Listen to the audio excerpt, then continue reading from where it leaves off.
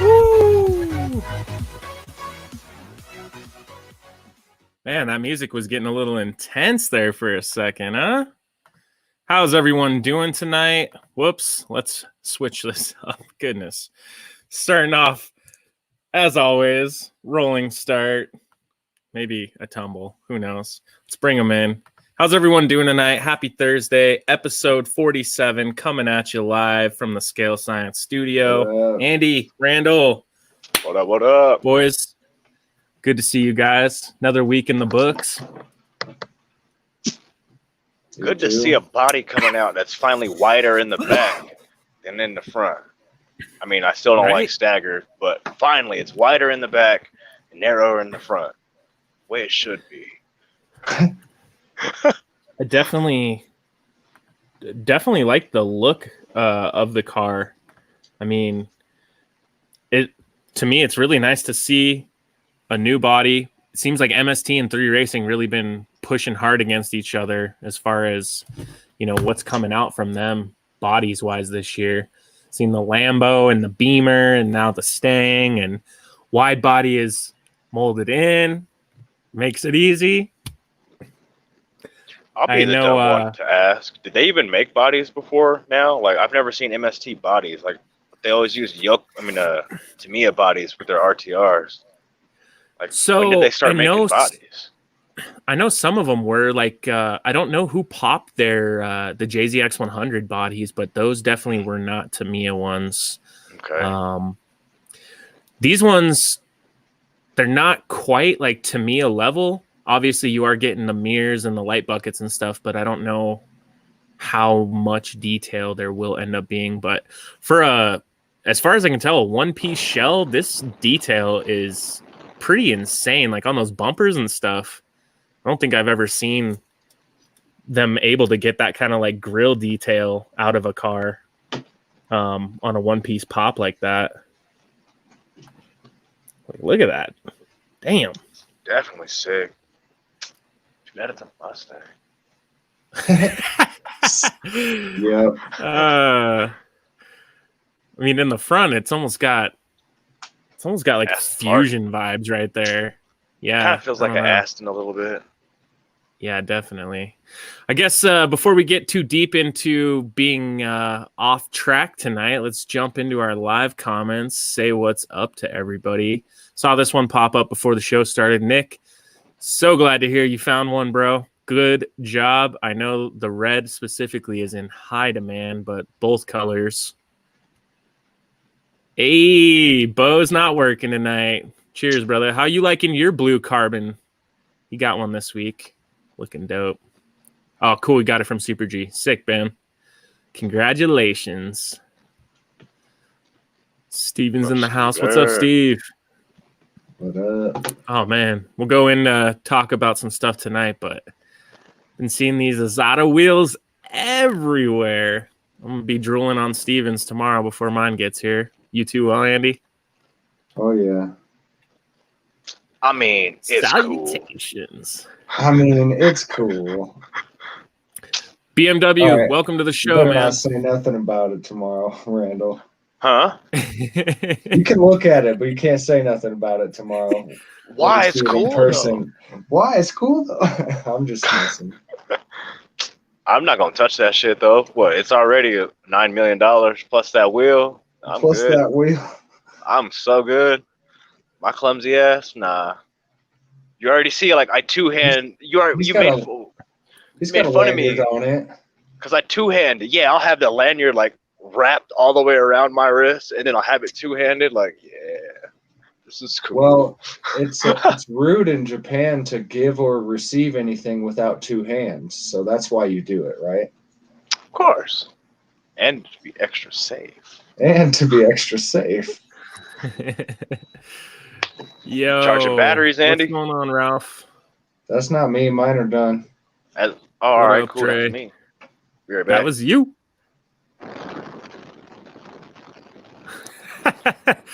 Right? No kidding, man. Oh yeah. Sorry, guys. We'll get rolling here in just a second. As per usual, the live comment section is blowing up. But we got 24 of you in here right now. So if you guys wouldn't mind, while we're waiting, getting the show going, drop below, give us a thumbs up, drop us a real comment outside of the live comments section, sub, do all the typical YouTube things. And let's hear about everybody's weeks. What's some cool stuff going on? What's everyone snacking on tonight? Ooh, I got some Barbetto crackers. Haven't opened them yet, but they're fire. I eat them all the time. Makes me hungry.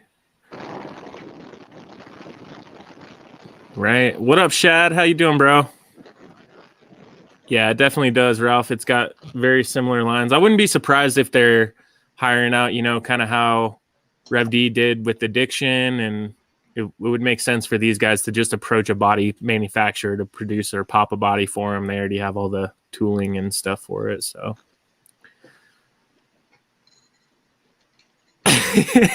Oh, wow. We were just talking about this. Let's hear a story. Everyone got the popcorn ready? Let's do it. Please don't have Honda. What do you mean? What happened with him? He was born. He was born. And then, bam. What do you mean? Like, what do you mean? Where to start? Like, he's just a dumb. He's a person who's there. Who has the audacity, who feels the need to just be negative towards everybody who says anything about a front-wheel drive car or specifically a Honda, and then this fool he drives a Mustang. Yo, shout out real quick, Mark. $6.66 for snack time. Thank you, brother. Matt gets none. Hey, I know Matt gets none. Hell yeah. Sorry, Matt. Love you, bud. The snack fund, guys, currently we will be investing in some snacks, but we are actually still saving for our giveaway that we are trying to do for you guys. So if anyone else wants to donate tonight, help us get moving along. And we have a tracker for all of the people that do make donations. So we will be giving you donators a special either extra entries or whatever it ends up looking like for your contributions to the package. So thank you guys for doing that. And again, we're saving for an airbrush so we can give away some paint and an airbrush so you guys can start taking your body painting to the next level. And be tuned to our channel because we will be doing some fun stuff. We got some projects underway this week as I ended up having a little extra time to get some stuff done, being stuck at home. So it turned out to be a productive week. Anyways, I'll shut up. Sounds like though, Randall, you handled him. I guess I don't even know. I don't know. I just don't everybody knows. Not everybody. Zang know who he is. Shad know who he is. Which we gonna make me go back and archive things? Which specific? Which specific posts are we talking about here on Shad's on the comment of Shad's post? Girl Scout cookies. Got any Thin Mints? Where are them freaking gang members at? They've been outside my bank a lot. Huh. I haven't seen any recently. Trey, thank you, sir, for the donation. Give me 1 second, and we will throw you guys I will throw you guys all a shout out if you got something you guys want me to show. Holy shizzle! Here we go. Mr. Shad coming in with a $20 donation. Shad, my man, thank you, brother. Everyone's That's like, huge. the giveaway. Yeah, right. Waffles. Thank you guys so much for supporting. We really, really appreciate you guys. Shad, you've been here many weeks in a row, sir. Dre, same to you, bro. I don't think you've really missed an episode unless we were not here or whatnot since Corey came on. So, Shad, what post is Zhang talking about? Which one? You were involved. Is he talking about the one from a couple of weeks ago? I don't know, but Shad's involved. He can help. Shad's involved. Shad knows what he's talking about, right? Hopefully, because he's said a lot of stuff on different Shad posts, different anybody else's posts. I can't wait to get a Honda. Boy, I can't wait to get a Honda and post it all over there. I usually don't post in Worldwide Drift ever. Wait till I get this damn Honda, son. It's on. That's petty, huh? That's petty. Hell no, not at all, dude. I mean, when somebody just gets under your skin, like what course of retaliation do you have other than have a little fun? You know what I mean? Oh man. I mean, I never would advocate somebody being like, "Oh, let's meet up. I'm gonna kick your butt" or whatever, you know. But nah, if you can have a little smart, educated, like poke at this dude without him really knowing that you're poking him, that's the kind of fun I like to have, you know. I feel like Torn's good at that. Man, he is. I need to ask him some, like those posts that be saying like, "What's the corporate way of saying you got me fucked up?" And then they tell you something. I need to ask Torn. I need to ask Torn like, "Fool, how do you do the thing where like you're like super assholey to somebody, but then they read it and they basically see you be like, 'Hey, how you doing?' But then I read it and I'm like, 'Ha ha ha! This fool just clowned the shit out of you, yo.'" Oh, yo! If anyone's got good examples of how to do that, shoot them our way. Let's talk. Give Dre a shout out here, dude. Damn. My favorite person to come to the party is a man that brings Doritos. Look at that. Sick. Shad, let me know if you got something you want me to shout out, brother. Oh, hell yeah. I'll do that one. That's a good idea, bro. So he said, "This is why everyone hates Hondas." I said, "No one hates Honda owners. We hate D-bags that drive Mustangs, you know, like you. Sorry, not sorry." And then he goes, Shad was talking about some 2J shit because he's always hating on Hondas. And then, his posts are gone. I can't even read them. He said something, and then he tried to like be really rude to me and was all like, "Oh, did I crush your dreams of being on Street Outlaws with your little 4-wheel drive Honda?" And I was like, in my head, I was like, "Fool, that show was called Fastest Car. It's not even Street Outlaws. Get your fucking shows right. God damn." But then I was like, "Fool, I drive an RX-7. That's a Mazda. You know, it's not a Honda." So, and then I guess I called him retarded. And then he left. He hasn't been heard from since. Fuck him. I don't care. Oh, man.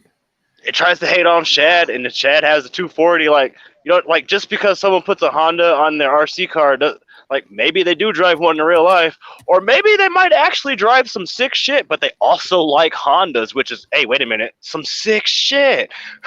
It's crazy. But he has the mentality of the like typical Mustang owner, so you know he thinks he's God's gift to Earth, but he's crowd control. Yeah, and got the nerve to hate on everybody. Hate on Hondas and front-wheel drive cars specifically, and goes like into hating FD for reasons like they have Yaris's and stuff. Like, look at that sexy motherfucker. Woo! And it's like almost VTEC blue too. That VTEC green back in the day. Yep. I love that color, dude. One of my buddy Peter's brother had that exact car, SI. Oh, so sexy. Ooh, like I say, let me fool around and find an EF Civic coupe, or I mean Ain't you that worried sedan. about stuff that don't slide? People don't slide on all plastic tires either. Yeah, that's why it's like put it's some rubber tires on. Yeah, if you like a Honda, put a Honda on your RC car. His post was saying something about he was doing bad at a drift event because he didn't have no angle on his car, blah blah blah. And I'm like, I see fools because you don't drive a Honda. I mean, yeah, that's what I'm saying. I see fools shredding at IMI or even on YouTube videos, like stock ass cars just shredding with no angle. So what's your excuse? Oh, it can't be that you're a Mustang driver because I be seeing Mustangs smashing. It must be, like I said, you must be, a little touched, a little gifted.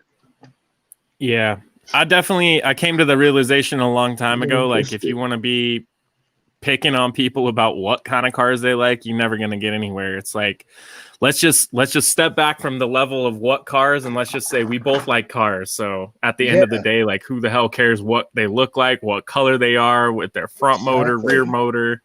I like cars, the end. Yep. Things with wheels. They don't even have to be a car. I like trucks. I like snowcats. I like cranes. I don't care, man.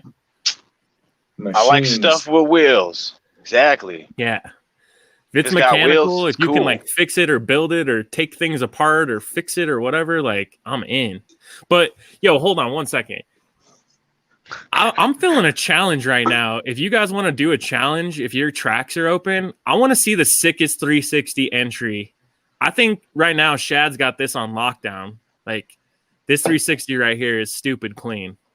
You haven't seen me and Andy Crutcher do tandem 360s. I have not seen it, so let's see it. Let's throw down some 360. I like it because this shit is way too clean. Mac is good at 360s too. Me and him, Brandon, we can get the threes going, but like my MC1's really good at them, so we could practice tomorrow. I'm down. Let's try to throw the best 360 from our track, and then if any of you guys out there got a fat 360 that you have on video, post it up on Instagram, tag it. So cool. Huh. Should we have like fatty 360 or something? Is there any other 360 entries? Yeah, something that's not something that we can get going. Just so it's easier to find them. Yeah, I got you. Cooler 360. Yeah, let's do that. Let me run it on here so people can see it real quick. Let me make something. Should we do? Oh, I just thought of an idea. Let me write this shit down so we can talk about it after the show. Hell yeah, bro.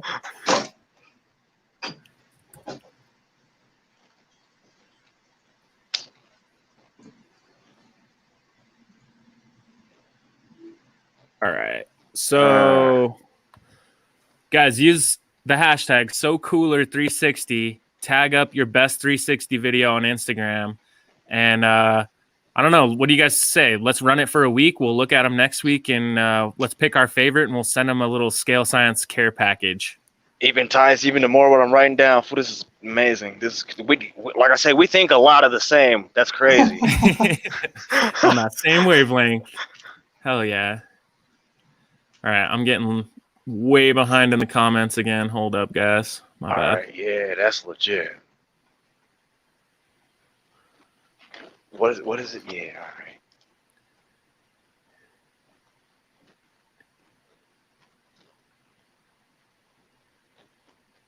Yeah, dude. Straight up, Shad. I'm with you, bro.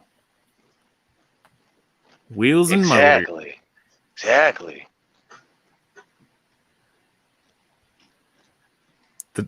Dude, I think after the 360 vid, this will be the next one I want to see. Them 3 cars. Because 2 cars is tough, but them 3 car trains is ooh.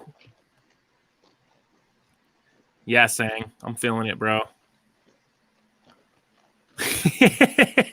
That one's coming up, Bo. Oh. Yeah, that's it. We could do that one too. That one's coming up next month, bro. Hey, man. If there's those other monetized, channels that do that stuff, why can't we? I'll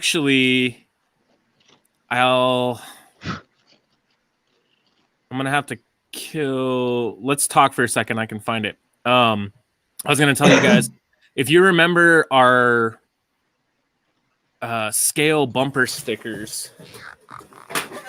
Let's see if I got one here handy. Of course, now when I need one, I can't fucking find one. I probably got some close by. There we go. I got one. So we did these scale bumper stickers in some series last year. See if I can get my camera to focus up on that.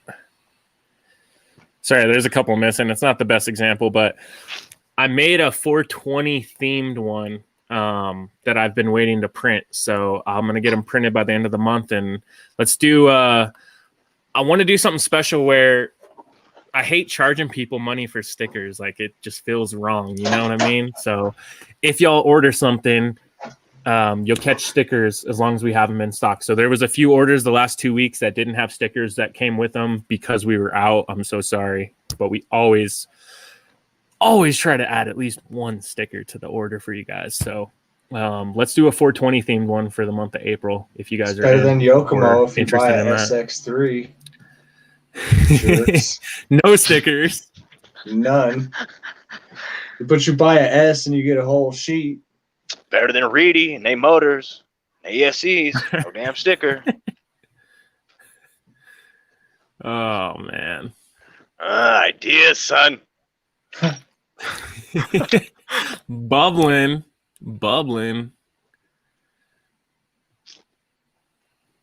Saying see more? What do you mean? Oh, like new stickers, maybe? Got charged for more. Got charged. This ain't that kind of channel. Oh shit. What's up, Brad? How you doing, man? Everything is good as far as I know with the 420 sesh. What you thinking, brother? Look what Ben done did. Ben done opened it up.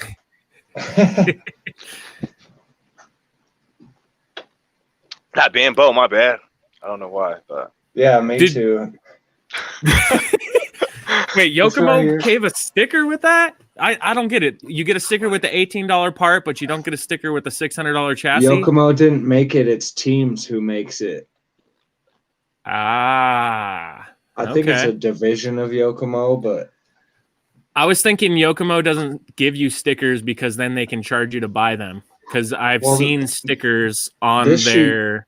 comes with the S. I like how this fool just slid that shit in the screen like that. It looked like a freaking PowerPoint. What it said? Zoom. Yo, what's up? What up? No JDM snacks yet, but they are coming. Promise. Yo, and I wanted to sorry. I do these tangents. I was watching Bob Rock's show this week, and it gave me like a realization that we never do. So for anyone that has just joined into our show, we're 25 minutes in, so maybe you just came in. If you're lost, welcome to the Scale Science live stream, episode 47. My name is Jordan. This guy over here to my left is Andy, and down here is Randall. Don't have our names handy on the screen just yet, but welcome to the show. Feel free to throw some comments down in the live.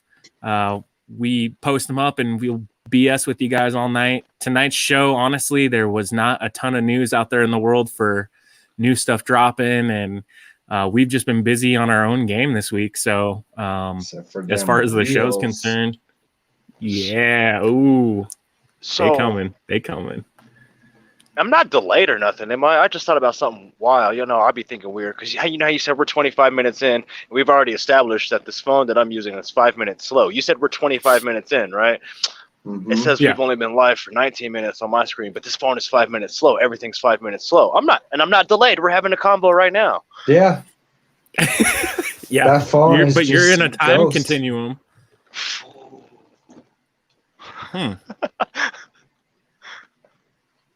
Do you age 5 minutes less every 25 minutes than everybody else? Like, fuck you, Randall.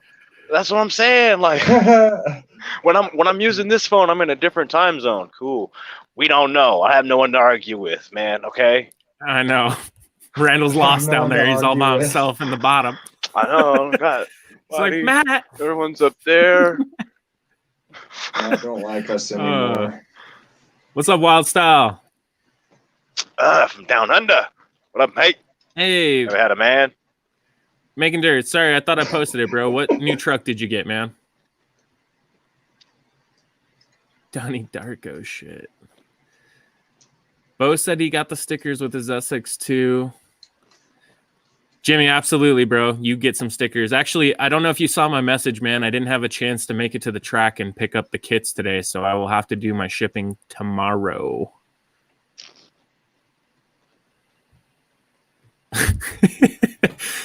No one, man. Not a single person. We on camera. Yeah. Doing that. Yeah, let's do that, guys. Let me pull up this video real quick. Where is Matt though? For real, we couldn't figure that out. He's man of mystery, Matt. I say this every week. He is man of mystery, Matt. We don't even know where he's at. Nope. Matt doesn't even know where he is at, man. What was it? Robert and who? They probably doing stuff. Oh, right.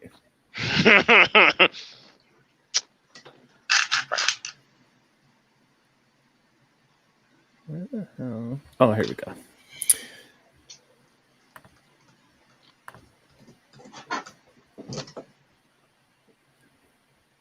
All right. So, sorry, guys. I'm just pulling up the video. I think will be easier to explain everything. Matt's playing saxophone. Better be. That's what K-pop said. Well, I'm gonna get that lump. Watch, I got the comb handy. Me and Larry been fighting because cats get those mats, and he's getting to that age where he doesn't like me to comb them out. He's got a bad one. I'm gonna get it. And he looking at me hella grumpy right now. I said I'm gonna get it. This fool looked up at me like, oh, bet. The saxophone. That's exactly what he's doing right now. He's on his OnlyFans, bro, making us some real money. That Scale Silence OnlyFans. Dude, I had an idea to make a Scale Silence OnlyFans as a joke and just post topless chassis photos. Nudes. Chassis porn. Yep. Hardcore. Nudes for dudes. But I noticed this last week when I was watching the video I made for the new comp layout this month. Let me show you something real quick. It made me laugh though, because I'm doing the last bit of the vlog here. Listen to it. This big ass diesel truck pulled out in front of me when I was taking the turn, so it sounds like my Honda's a little fucking Cummins. The blast, and I never expected Listen to this here, turbo spool. doing what we're doing what we love, but Oh, and then somebody commented, they're like, oh, I see why he's Manji Madness now.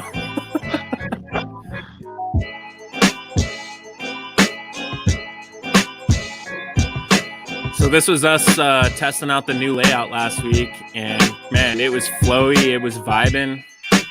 Everyone was having fun with it. We were getting some good tandems in.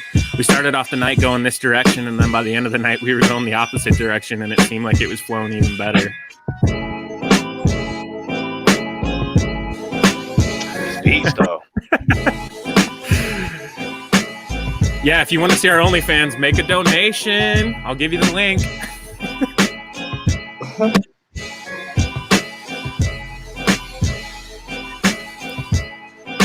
Claudia? Ooh. She still got Randall tripping. Yeah. Man, I legit got mad as hell because I went to the gas station yesterday specifically to talk to her, and she wasn't even in there. Well, it was bad. And the lady that I don't like, her name's Kyle, she was in there. I legit asked. I was like, is Claudia working today? She's like, no, not today. I'm like, oh, so this trip was fucking plain. Cool. I don't even need to buy gas or nothing. I came here specifically to talk to Claudia. One time, I only work up some nerve. Like I say, every time I work up nerve to talk to a chick, something intervenes. So maybe it's a sign. Who knows? I'm gonna still try to talk to her again though. that just pissed me off that she wasn't there. If y'all know me too, y'all know I'm persistent. I got to see that there's an actual sign. That maybe it's just been a flub in the Matrix, you know? A flub in the Matrix. Exactly. That's exactly. The timing wasn't right. The timing wasn't right. That's what that was. BMW, we made our official order for our liveries on Wednesday, so they will be coming, and we have a special surprise to show you guys when they get here. So I'm going to leave it at that. Leave a little anticipation. Now stoked here, if you guys remember, Project Phoenix taking the lead lap right there. She's back in action. So look for the follow-up and final video on that coming to the channel next week sometime. That Forester, that black Forester, for people that, if you guys are some of the people that were talking about a D9 or wondering about a D9, that black Forester is actually a D9 that was sliding. Let's take a lap around this month's layout. All right, guys. So this was this month's layout idea. So I ended up walking a lap after me and Andy taped the track down on Saturday last week. We'll begin down the straight. So what do you think? Coming into our initiation zone. It's my first foray laying graphics over video like that. Sorry, it looks so awesome. Is it TikToking? So awesomer. Come off wall. Come into inner clipping That's zone just me number and my 2. time continuum. Bro. Moving through zone 2, move back out to the wall, beginning outer clipping zone number 3, before we will transition to our last final straight down the back wall into clipping zone number 4. Hopefully some good backies. Finally, out of that zone 4 will be the finish. For our March.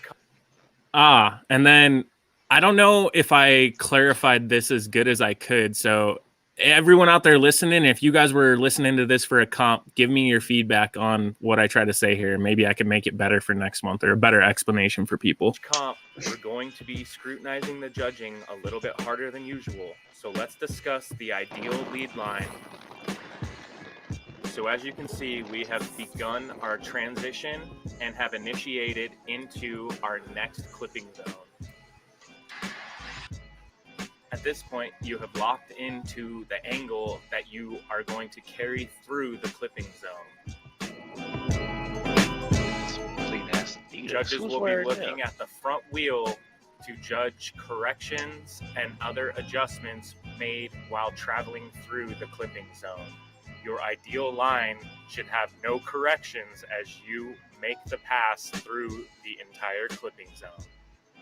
The final follow-through being the total amount of the clipping zone that you were able to fill.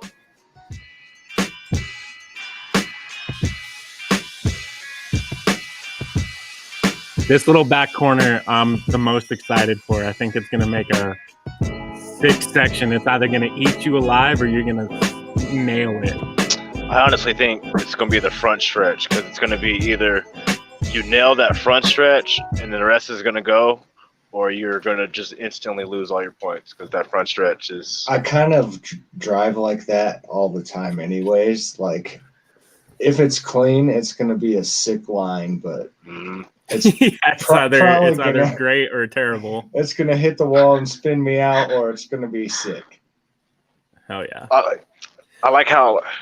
I like it because it's technical. The other layout, like, it was forgiving. If you messed up here, like, you could get back in the flow. Like, for me at least, I don't know. I feel like I say, if you mess up from the start, throw that lap away. Like, you're not going to get back. Just throw that lap away, because you're not going to get back into the flow there, because it's just so nice and flowy.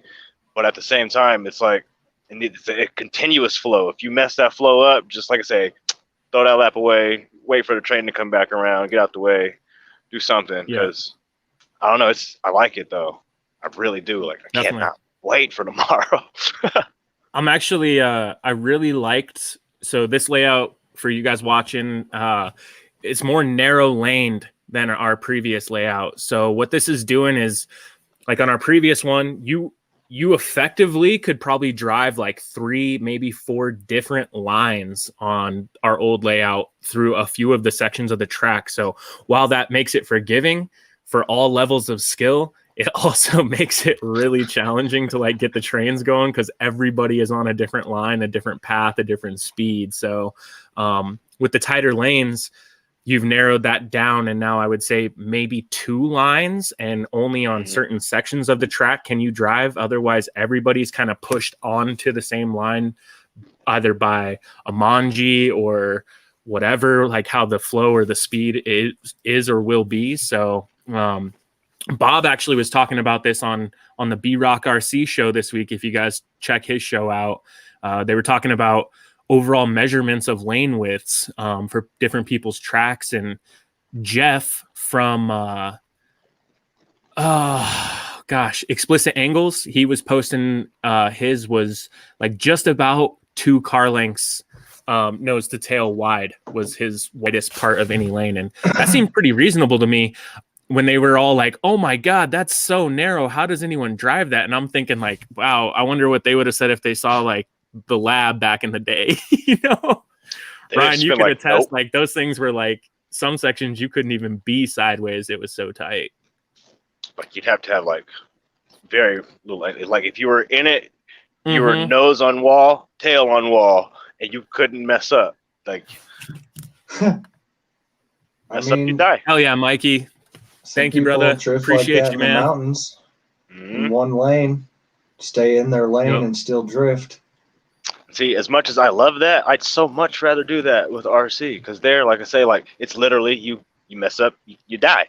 I'd rather die RC than like be hitting the toga in my super built car, like, yeah, this is fun. God, that's you. This is a dream, right? That's you, God. Oh, damn. So that happened, huh? It's definitely fun. Like I say, that's the most fun. Like, oh yeah.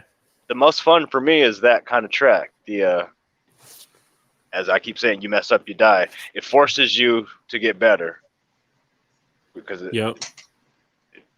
does what it does. It forces you to get better. Either you get better or you die. So nobody wants to die. So y'all get better. No, for sure, man. And I like, like Ryan's was literally so tight that not only were you forced onto the perfect line, like you had to stay on that perfect line, but even more so, it really, really progressed my personal, my skill with throttle control, because that was like the first place that I ever drove that I never touched full throttle. There was just never a need for full throttle, except for maybe like one blip as you were leaving the corner to get going again. But otherwise, it was so tight. If you were full throttle, you were hitting shit. So the one layout that we ran, our very first comp, I should say our second, because we ran the first comp at Colpar. Like our very first FD tandem style comp that we ran was at Walker Drift Lab, and he had that one stretch on the back, on the wall, on the concrete wall.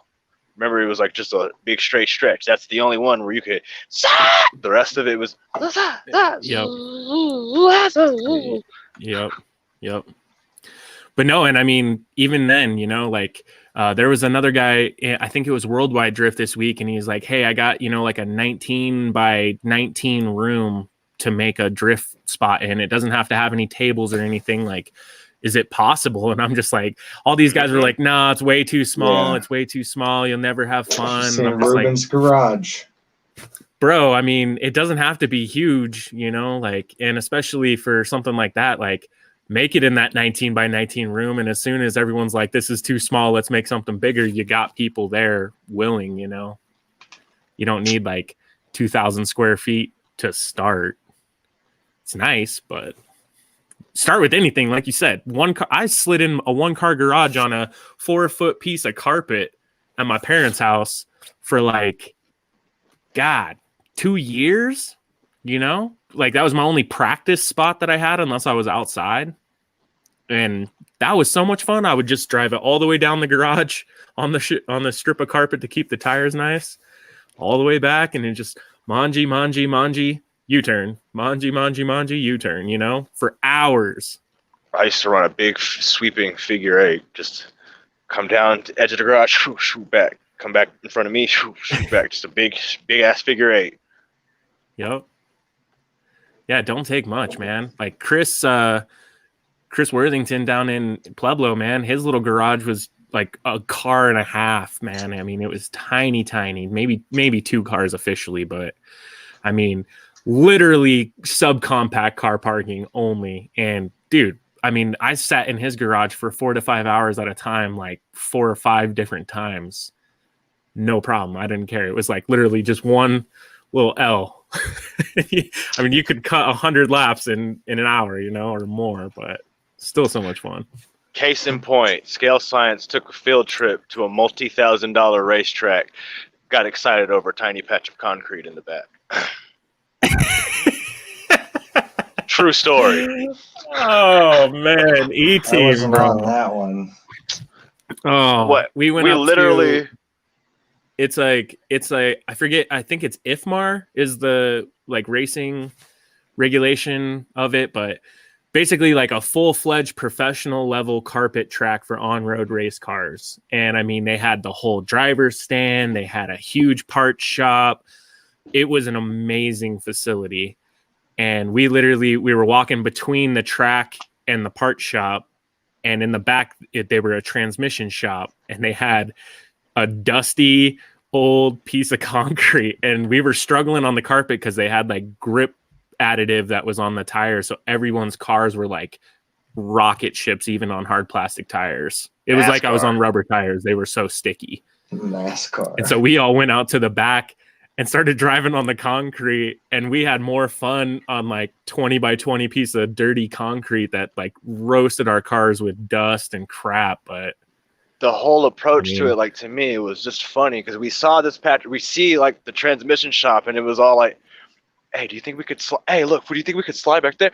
Hey, yo, Jordan, they got concrete back here." Fool, like, concrete? Like, yes, but there's concrete back here. And we asked old dude, we're like, "Hey, can we slide in the transmission shop?" He's like, "Y'all want to play back there?" Like, trust me, we can't show you what we can do out here. Like, let us play back here, and it's on and popping.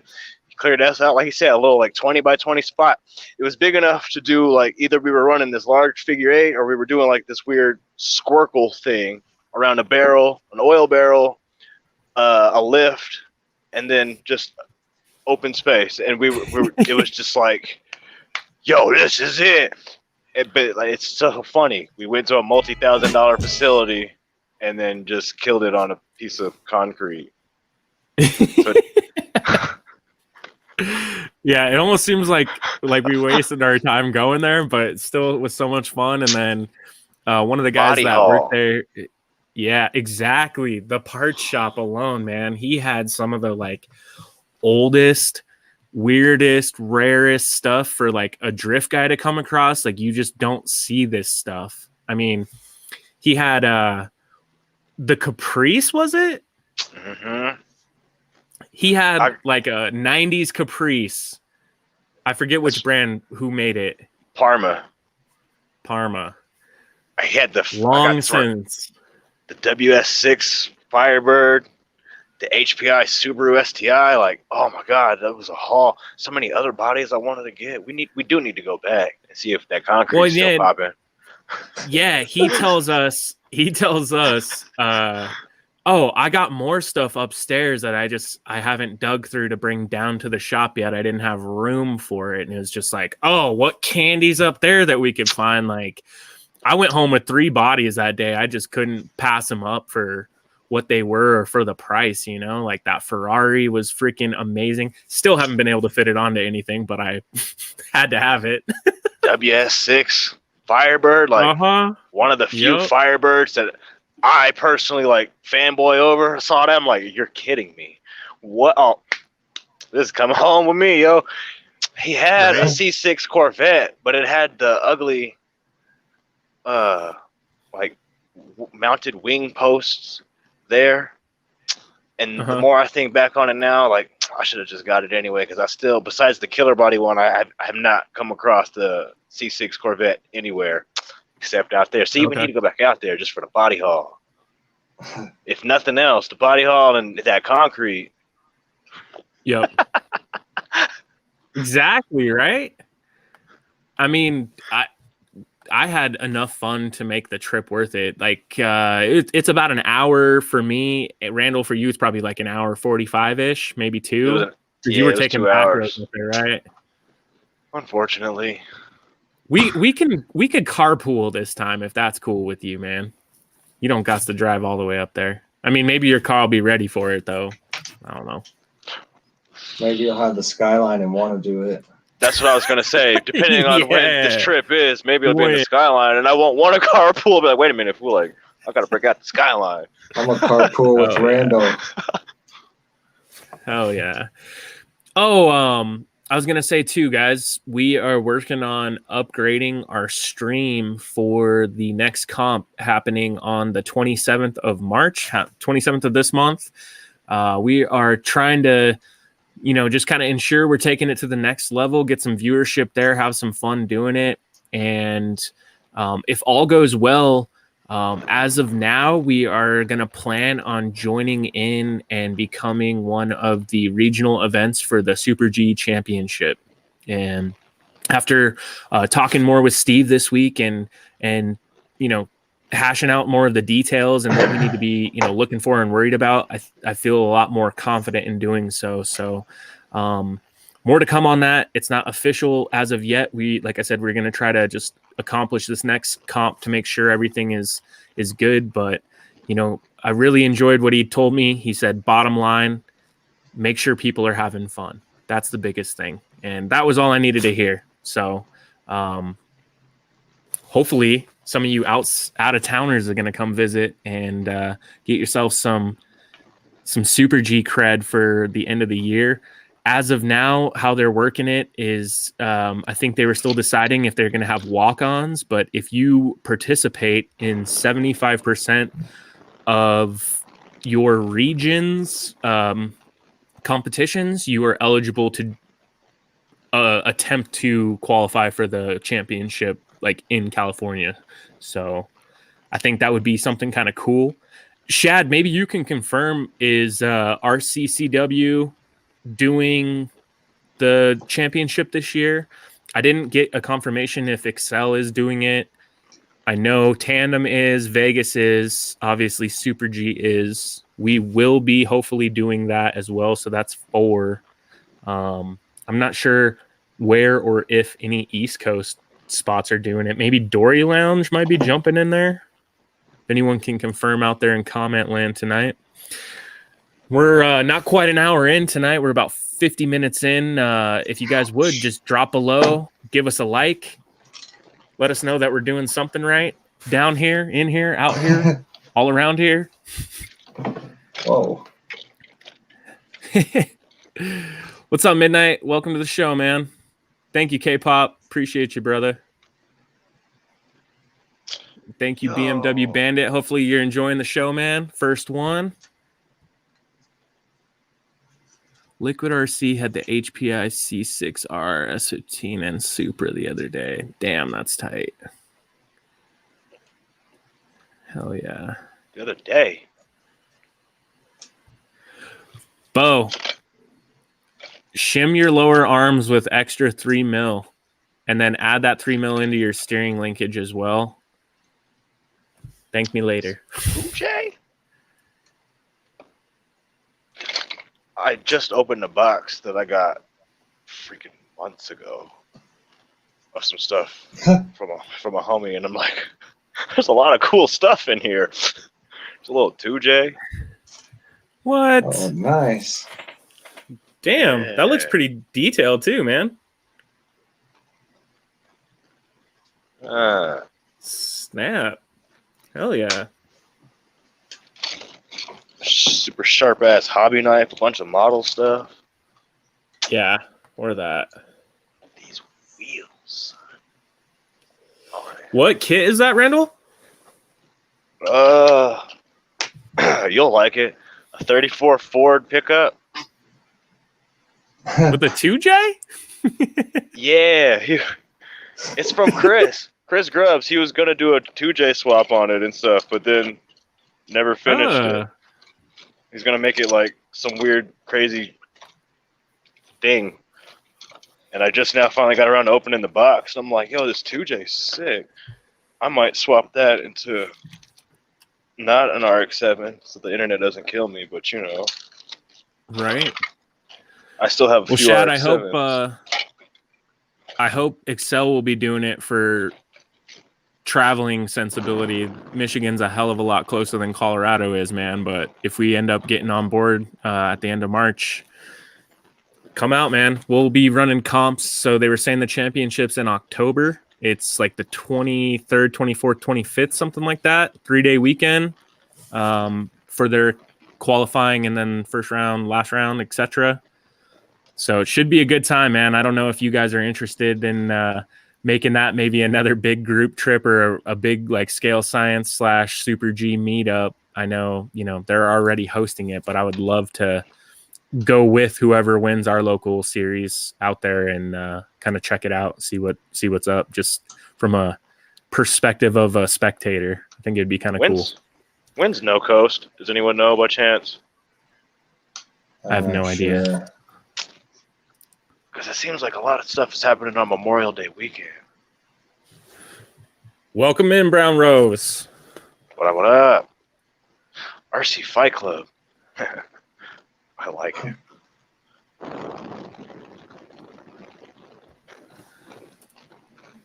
Drill it or cut a slot in it. Dang it. I feel like we were going to talk about something else. That was the comp layout for this month. What else were we going to talk about with it? Nah, I forget. Oh, and so the other thing too, I got some feedback on the judging part of it. So they were actually saying that they got the video system just for like the second, if anyone's like, why'd they make that call? I think that was a bad call or whatever. They were able to kind of go back to it and prove that nobody is like giving, like bad calls to specific people, or they're not like showing favoritism or anything like that. Or it's not just like you're picking your homies to win or anything, So I like that local. We have some guys that like understand the rules. How Steve explained it to me was just like, he would pick judges that could know and understand and like know how to enforce the rules. So they would be guys that would call them out on touching the wall or each other or whatever. And then they have the video to just in case anyone was like, I don't like that call. But he said, obviously you'll have a few hiccups with, people thinking calls are bad or whatever. But he was like, by and large, those kind of harder critiquing judges actually made everyone locally drive better, train better, and begin to understand the rules more. It like created this like environment of everybody wanting to learn the rules, which I think is awesome. That's what I want. I want to learn more. You want to play in the NBA, you don't play against high schoolers. Right. Exactly. If you want to get better, man, you gotta try something, right? Go to the hardest place and you work to get good there. Yeah, you don't take take a few on the chin. No, you're not wrong. Because you think you can box. hey, he knows I can box. So it's like this, all right? If I win, I keep the money and the respect. Respect. Dude, I don't know what it is about that movie. Like, the car stuff is terrible, but I could watch that movie every day pretty much. Like, you already know, man. The first three I could literally watch on repeat every day. All day. It's kind of sad to hear that out loud, but it's true as hell. I could watch. If you put that on, just them three. The fourth one is okay. The rest can just go away. But those three, you can put those three on repeat on all day, and I'd be like, hey. You watching that? Hell yeah, Brown Rose. Yeah. Hell yeah, dude. I could watch it every day. A million times. I'll never get tired of it. Like, it just went off. Like, well, yeah, you know what? As many times as I've seen it, you know what? I didn't notice this part this time. So I'm pretty sure when I watch it this time, I'll see something else I didn't notice. He said you're in the Seattle area. I'm not going to like say anything because I know that it's a touchy subject up in those parts, but I know as far as a for sure venue, can you get away with doing one outside, or too risky with the weather? Hell yeah, Ben. I will definitely be hitting you up, man. I got questions still. Just, things that we had weird nuances where, like, in our first week, we had an open spot at the end. So we ended up like raffling it. And then after the fact, realizing that I did it wrong, we should have done a little mini sub comp to win that spot for buying in instead of just like raffling like a chance to win it, So in future ones we would do that, but because it's a point series, it's like, does that not count for points if you're running like in a secondary class? Like what would be the point of buying in? Is it just for the prize at that point, or the whatever you win that day? So those were some of the weird things. I was like, how can we navigate those waters without having to just like hand buys out in every round? Because buys make me mad. I don't know. It's just like a low-handed way to make it to the next round. I know it happens and it's part of racing, but just if I can make everyone drive, I'd prefer that. Randall's gone. Andy, I don't know. What do you think on that? I mean, I understand why buy runs are there, and like you could make them go out and do a clean run still. Yeah. You get a buy if you hit every clipping point and have a clean run. Yep. But you don't have to chase anyone because there's no one to chase. Right. But we should have comped for the second chance qualifier or whatever they call that. But I mean, I've seen people come in real places where they do that, seeing that guy come back and win it all. Sure. And that's the whole idea of being able to have a second chance to get back in. Yeah. Yeah.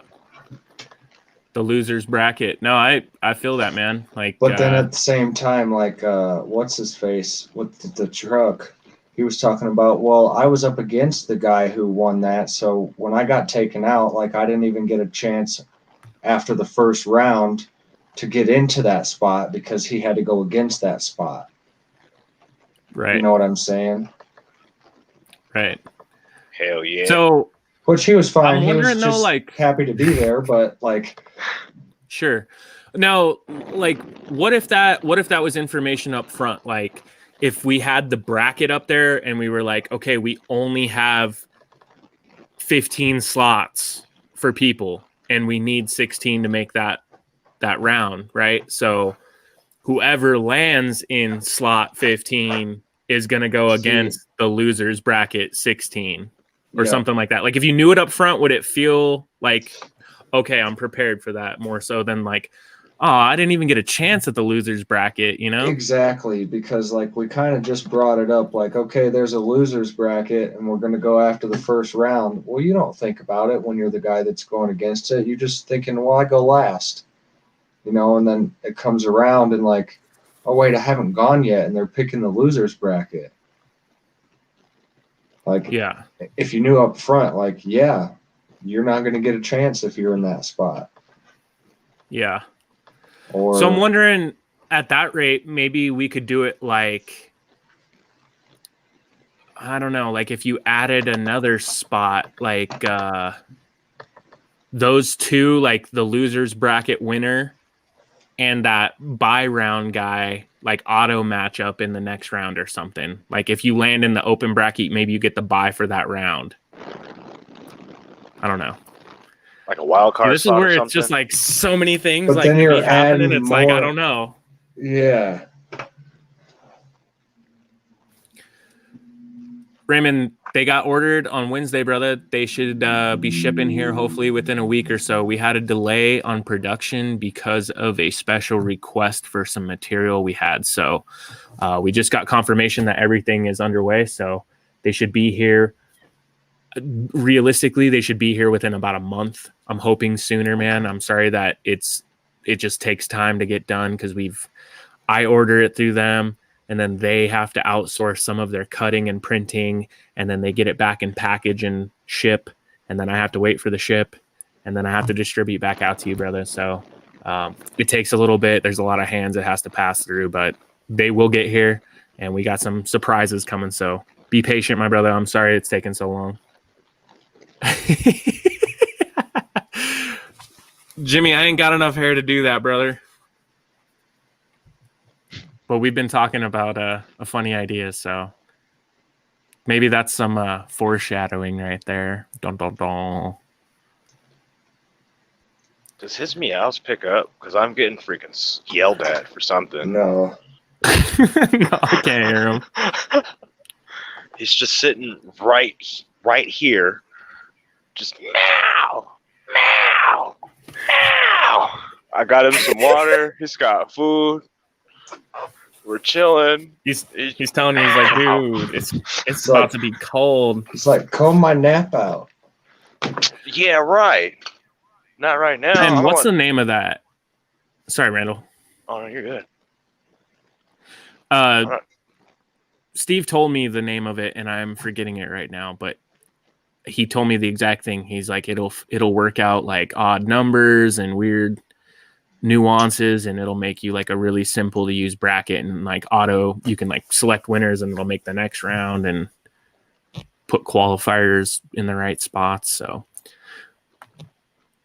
that was another one. Like, I was curious, what was your guys' feel on that? Like, I think using this bracket system for the next one would be a smart idea, because in the last round, it'd be cool to see the bracket like on one the big verse TV and at the track. Yeah, definitely run it on like a K1 video feed. Yeah. Yeah. Okay.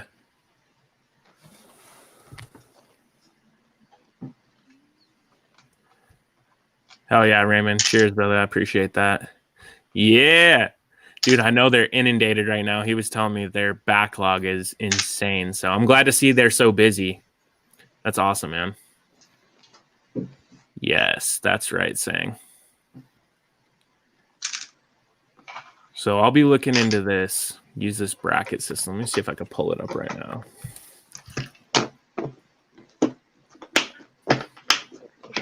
Challenge. Challenge. That's what it. Oh, whoops. That's what it's saying anyway. Challenge.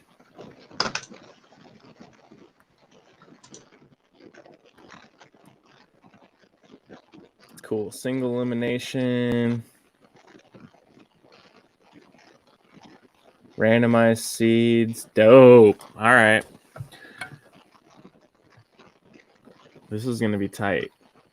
So, but in this, it would end up making it like the matchups, like 1 verse 16, or like first versus last, and then like match them up the line, you know? The one thing though, like, I don't know. I like the random like card draws. I think it mixes it up. But what do you guys think about like each round? Am I TikToking? Same. No. No, not that bad. I was going to say, why don't you do just a card draw, and then that puts everyone in their spot, and then that can randomize it. Definitely. Maybe one's not against one like we do it, but just pick one of each number. You know what I mean? Yeah. I kind of like how we do it, though, because it's like, I mean, both of them will be equally nerve-wracking, because you still don't know. Like, yeah, you're never going to know in the first round. It's like, oh, yeah. Who's got a what? Who's got a what? And then you're like, let me see our twos. And then everyone's just like, oh, okay, I got it. Oh, you got a 2 too. All right, cool. I'm dead. Oh, that's tight. So Shad was saying like we can select that randomized seeds on this screen here, and it'll basically be like our card draw, or it'll imitate putting everyone in like a randomized order. And just randomizes it. Right. Cool. So that'll actually save some time. Like for the stream, what I was really wanting to do this time was get everyone's like picture in like a circle of their goofy mugs, so we could throw them up on the screen while we're running, and you could see like live who's the matchup against, have some fun with it that way. And we were also looking to do some, some behind the scenes, like we've been talking about doing kind of like a driver's interviews, chassis type things. So give us ideas. You guys all watch this stuff. So if there's something you want to see or something you think we could do better or different, let us know. And also, concurrent views on the stream tonight, we peaked at 46 so far. What is going on? People liking what you got to say, Randall and Andy. Nice. They'd be liking it even more if Matt was here. Man. Right? I know. Be hearing some good arguments, you know. So high today because Matt's not here. Oh, shots fired. Matt, that's all right. He won't watch it. If you watch the stream, right? I was gonna say, if you watch the stream, come to the track tomorrow night and tell Andy, I don't know, some. Come get your bumpers. Did he get his bumpers? His bumpers? Oh, okay. He ain't gonna do nothing with them. I don't care, dude. He got his damn bumpers. That's all that mattered to me. Had me flying all that shit to the track, and then he didn't even show up. I'm like, usually I make 4 trips. I had to make 5 this time just because of you.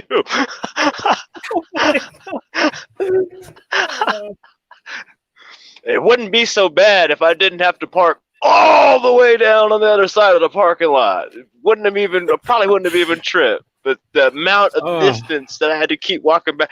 At one point, I thought about being trifling and then just drive up to the door, unload my stuff, and then go park. But then I was like, nah, that's ignorant. With my luck, I'll park right. Because with my luck, I'll park there and a cop will show up like, hey, that's not a parking spot. Whoop, whoop, towing your shit, yo. Like, this is my mom's car, fool. We're screwed. I'm unloading. We're screwed. Oh, I guess we could talk about some of the news of what we've been working on this week. So as voted on by our Scale Science fans. I'm going to get my snack real quick. A little bit. You're good, man. Project Kaido Mustang is officially underway. Check out some of the progress, guys.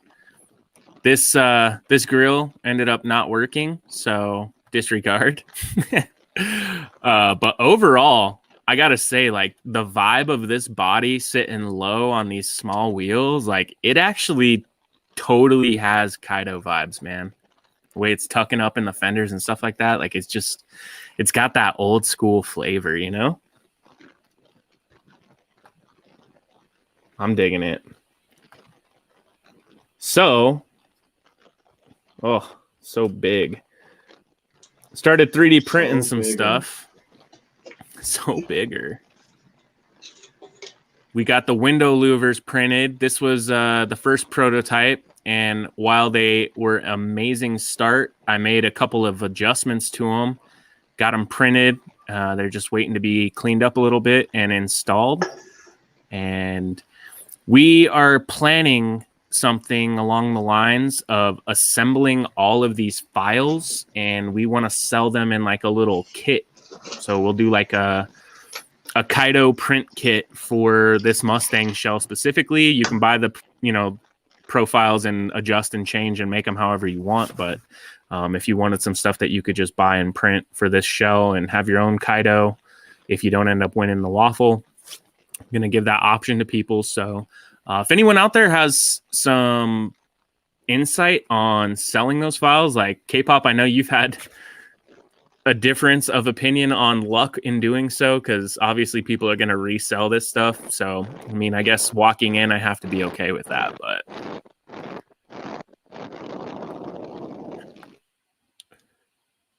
oh, it's Randall. Snack. What you snacking on over there, bro?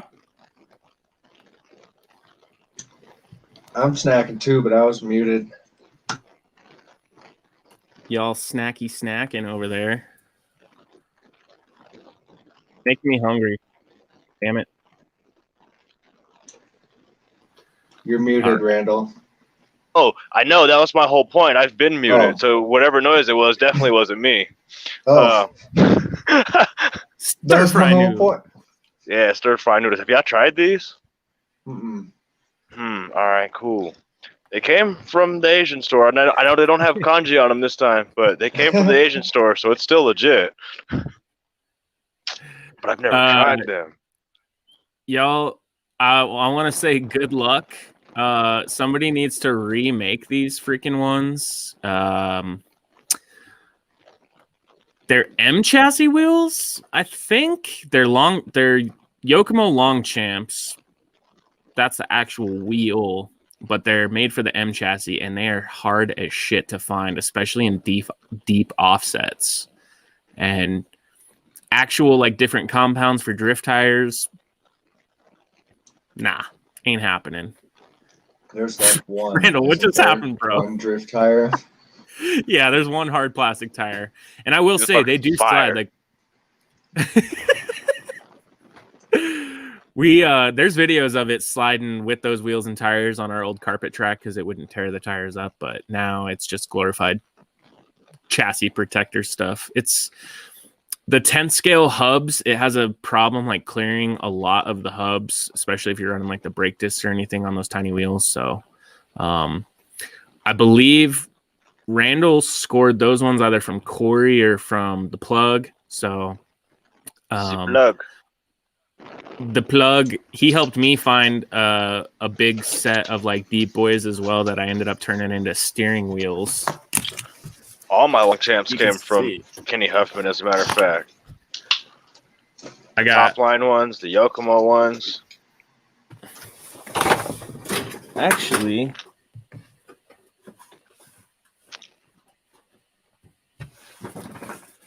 I know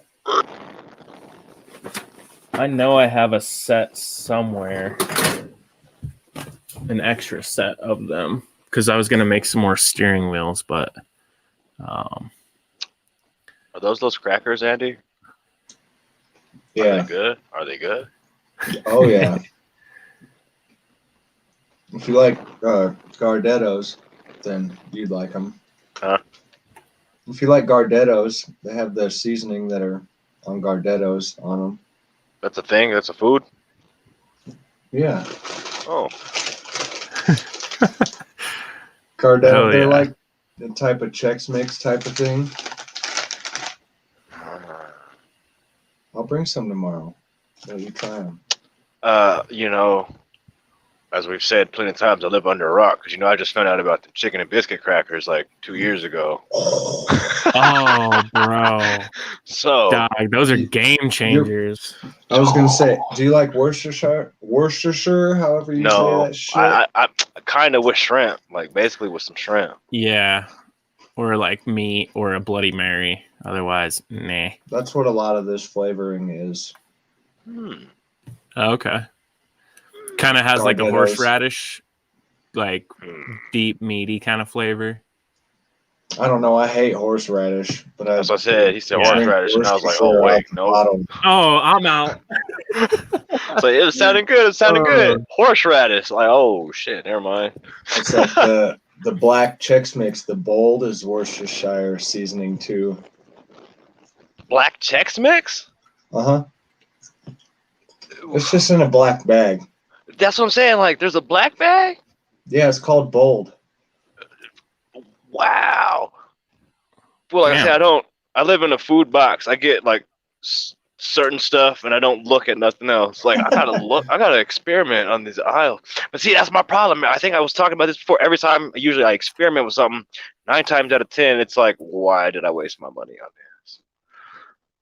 Like, I tried those Cheez-Its Snapped because like the commercials finally got me because they looked so amazing. God, I wanted to throw that bag of Cheez-Its at Cheez-Its company. Like, wasting my $3 on that bag. Yo, our paint came last week, guys. If you didn't see our post, we are official mission model carriers, suppliers. I don't know, whatever word you want to use, but we got 58 different paint SKU tones and colors coming at you. Airbrush based stuff, It's all acrylic. It is mixed and ready for polycarbonate bodies. They do have an additive as well that you can add to the paint to give it a little bit more structure and stick to the bodies a little better. Adhesion promotion, I should say. That's the technical term, but we are going to be doing a better, more inside look at all of this airbrush stuff, because I know for myself and many people, it is just very intimidating thinking about having to invest in specific equipment and all the cleaning and everything else that you're going to have to do. So the video that we're working on making right now, I went last week and talked with our local hobby town, and they are on board with helping us out for this video. So what we're going to do is head down to the local hobby shop, and I am going to buy the same paint, but in Tamiya cans as how we would paint the Kaido Mustang. And I'm going to show you how much it costs to buy enough cans to do that paint job. We're going to do the same purchase of the airbrush colors, and we're going to actually paint the Kaido Mustang with an airbrush. And for that one, it's going to be me, Randall, and Andy throwing down. If Matt's down to come do it as well, he's more than welcome. But I want to get these dudes' hands on airbrushes so they can see how much fun, how easy. I know, Randall, you're experienced more with painting like real cars and stuff like that, so it's not going to be anything like new or mesmerizing, but I think just how easy it is to use these colors, and then how cost effective it is with as much painting as you do. It's good. I think the airbrush, so it'll still be something new and fun and learning. Definitely, man. And I think too, what we want to do is I just want to show you guys kind of like something. It's like we made it work. I'm not going to sit here and tell you Harbor Freight makes a good airbrush. It's not good. It works. And I'll show you how good it can work. And then I'll try to show you as well, like a little higher end. I have a nicer one that I got gifted, used from a friend. So we can show you kind of some of the differences and how they work and something you should look for. But for painting our seashells, like it's more than enough. And you can get great results from even like bad quality tools. So don't be afraid to just use that as kind of the precursor to jump in, and then you realize you love it. Drop $300 on an airbrush if you want, but if you do it for a month and hate it, like it's $80 and you could probably resell it to somebody, honestly. So can I get a small, cheap compressor? Is that a thing? Absolutely. Or one of the things that I thought you had to have an airbrush compressor, which is one thing that held me off from getting one for so long, because the compressor is expensive.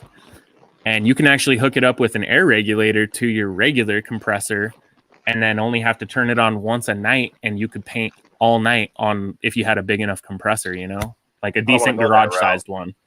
I don't know, because my garage compressor is from like 1978, and the last time it was maintenance was like 1984, and the last time I used it, I swear to God, I thought it was going to blow up. That's why I was asking. That's why I was asking about a cheap little compressor, so I don't have to maybe fight death. Fight death. I mean, because I'm going to use it. I'll still use it. It's what I got. You already know I'm going to use what I got. I'm going to still use it. But if I don't have to, Yep. One of the advantages to using a bigger compressor rather than an airbrush compressor specifically is the volume that the little compressor can create, like fast enough. It doesn't have enough storage on most of them. So as you're spraying a body, you're going down and back and down and back.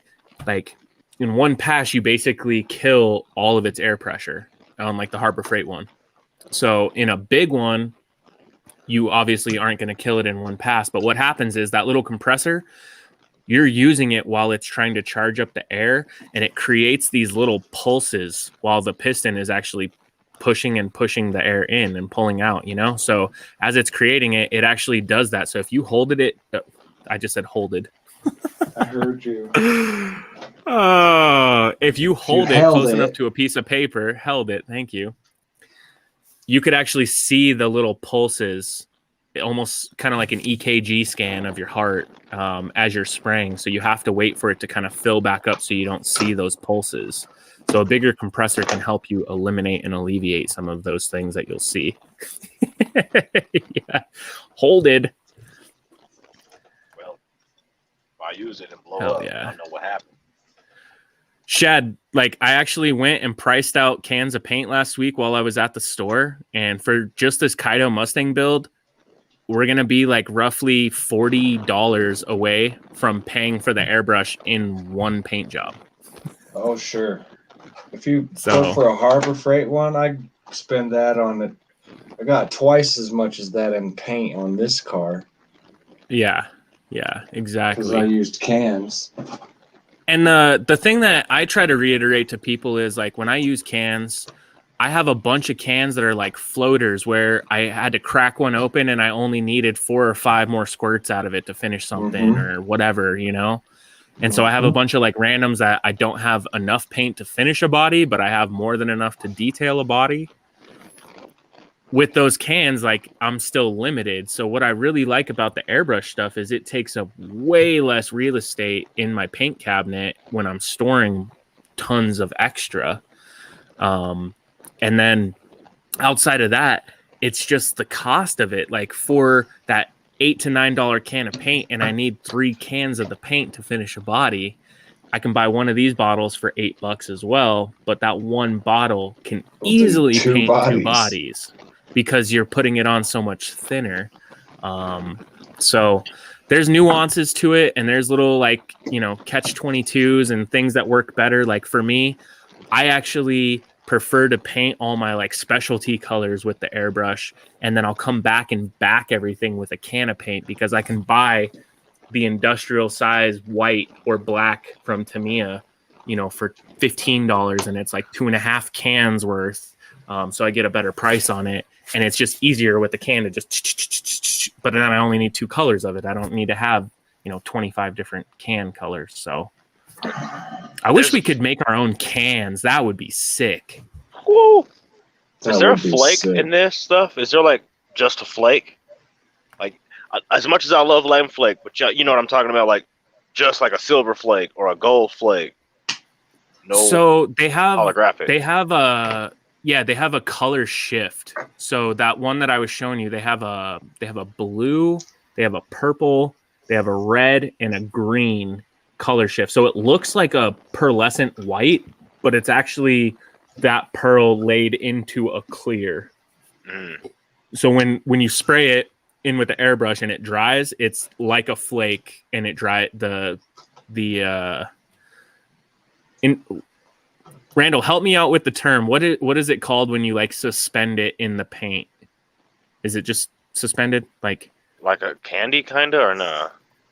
Yeah, it's like when you would put candy, like candy would be like, or flake would be in. You'd have to put it into a liquid. Like what would that liquid be called? It's like a carrier or catalyst. No. Someone out there that knows shit. I read the stuff at work. It's something like an adjuster or something. Joe, if you're here, help. Joe, help. It's like, yeah, where's Joe at? Whatever the liquid that you would put the flake into. It's like a catalyst or I don't know. Well, I'm gonna look at work because there's this thing at work it's pretty much what you're talking about. I'm just read the bottle. Yeah. So those ones, anyway, the color shift flake is suspended in clear, and then the clear dries and leaves the color shift behind. It's very subtle. I did like 3 real light dusting coats of it on that RX-7, and unless it's outside, you can't see it. That green one, I actually put a red color shift on top of the green.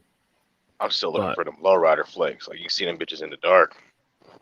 Yeah, so I asked them, and it was the same problem we had. The bigger the flake, the worse it is, like on the shooting needle through your gun. Yeah, like it just can't physically fit through the tube without clogging.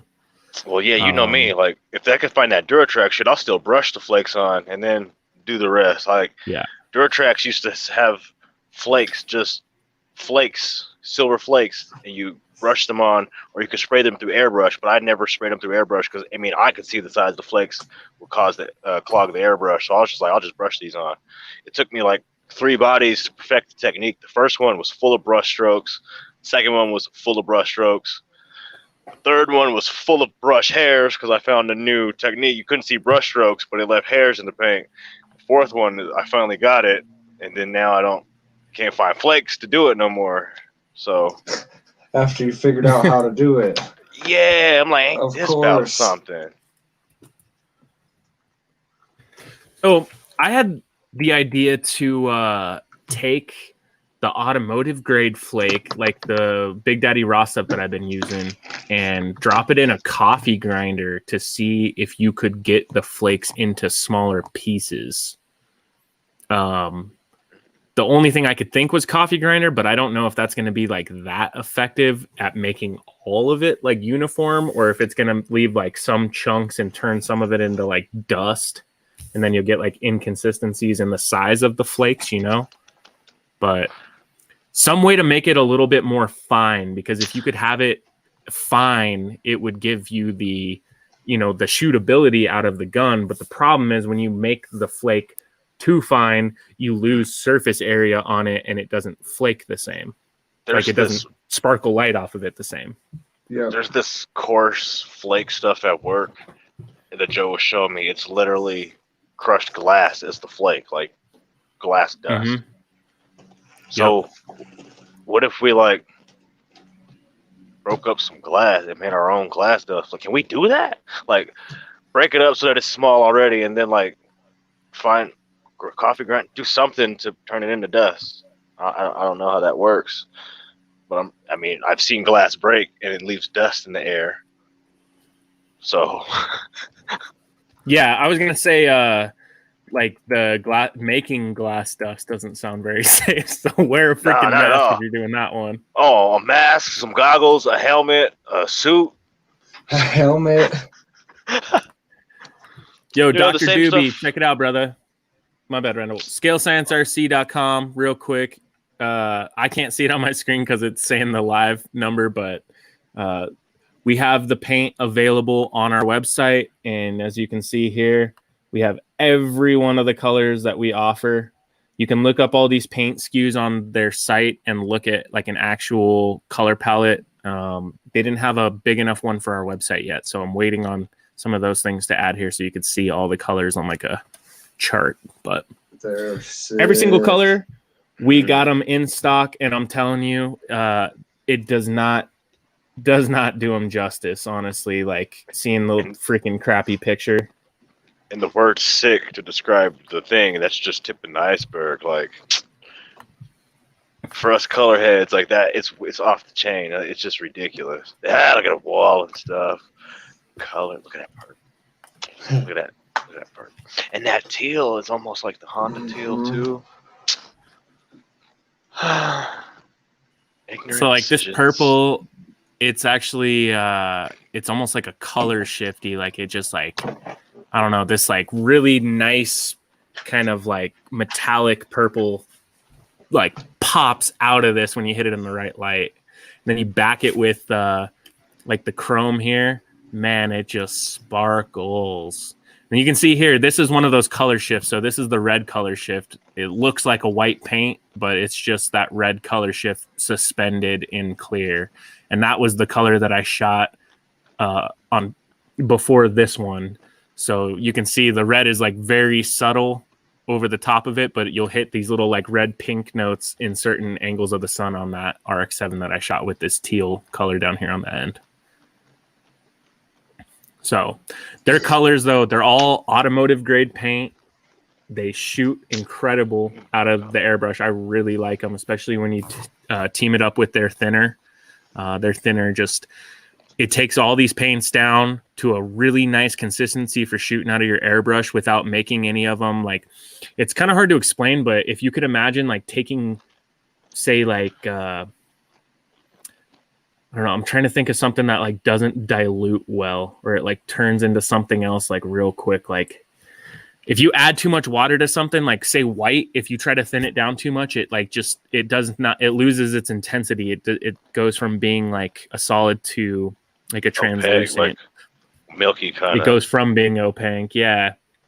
But the colors don't always break down into like a super duper watery consistency smoothly. Like it would like some of the sparkle would kind of fall into like a little pocket, and then some of the color would fall into kind of a pocket, and then you'd have like a big kind of area where there's just like water and sparkle and paint kind of chilling together. So using their thinner, you really can get them down to a really nice shooting consistency without losing any of the, you know, color value or any of the opaqueness of the paint and how it lays down. So.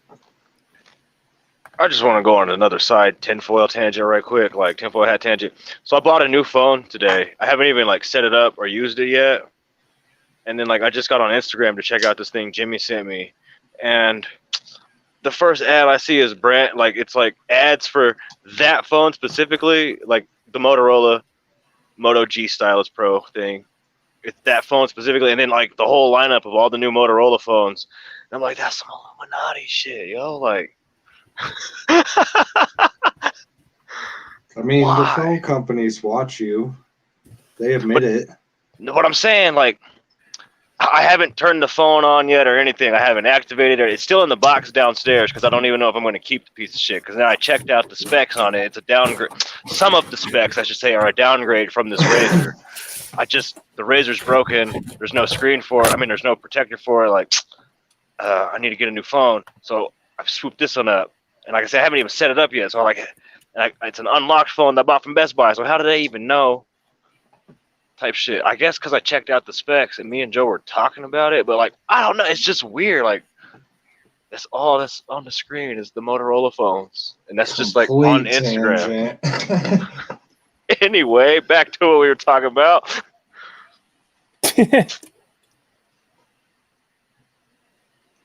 Well, no, Jimmy sent me some flakes. Hold up, Jimmy sent me some flakes. Back to what we was talking about. Oh my god. It's not going to show, obviously. How can I send this to you? Discord. I don't know. Here you go. So, guys, this is essentially the same purple or very similar purple to the one that I'm showing you on the airbrush colors, how it shoots. It's got kind of that like pinky purple vibe, like in the bright sunshine. You can see it kind of pop in here on the fender. This color, I mean, I'm sorry, this picture does not even do this color justice at all. It's I can't do Discord. Literally right one now. of my favorite purples. Randall, you said Jimmy sent it to you? Yeah.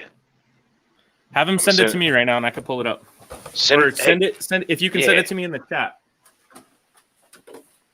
Oh, we could talk to Jimmy right here. I was gonna say, hey, but I'm sending it to you in the chat. I was gonna be like, hey, Jimmy, send it to Jordan, but I sent it right now in the chat. He's like, already done. Yeah, these flakes. Anyway, so that's one of those colors. Like, highly suggest checking it out, man. It's definitely one of my favorites.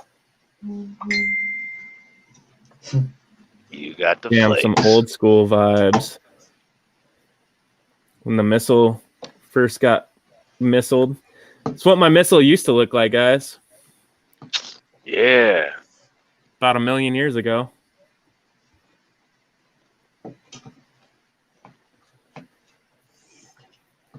Oh, man. RMX when I first built it. Oh, snap, Randall. How's that for a throwback? Oh, my God. When it was Yo. Oh. Look at that thing. Not a freaking scratch on her.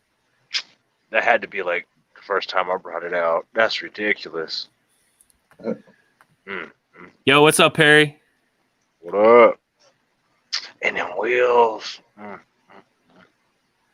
What's up, Mike? How you doing, brother? Thanks for coming in, man. Yeah, the wheels for real, Randall. I still have those wheels. I just tinted the centers gold. Okay.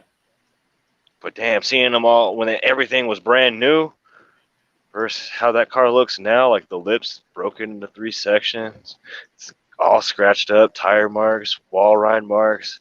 Like I say, I drive all my cars, even the trophy queen, the shelf queens. All of them get freaking driven, and when I drive them, some people are shocked that I'll put the fucking Mark II on the wall and ride the wall.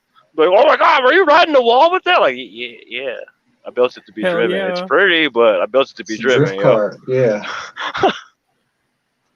I don't necessarily Rift have a taxi. shelf queen. I have ones that spend more time on the shelf, but I don't have a shelf queen. That's why I tell everybody too, like, oh, I don't want to come close to you, God. I don't want to hit. Like, just don't murder me, but get on the door. That's what we're here for. Just don't murder me. It's all I ask. Right? I'm trying to put little scrapes on everyone's doors with my tire. Yeah, I want just the I tire. want tire marks. I want the wall ride marks. I don't want you hitting me so hard it knocks chips of paint off. Dude, this is what I think I'm gonna do to my Addiction S15.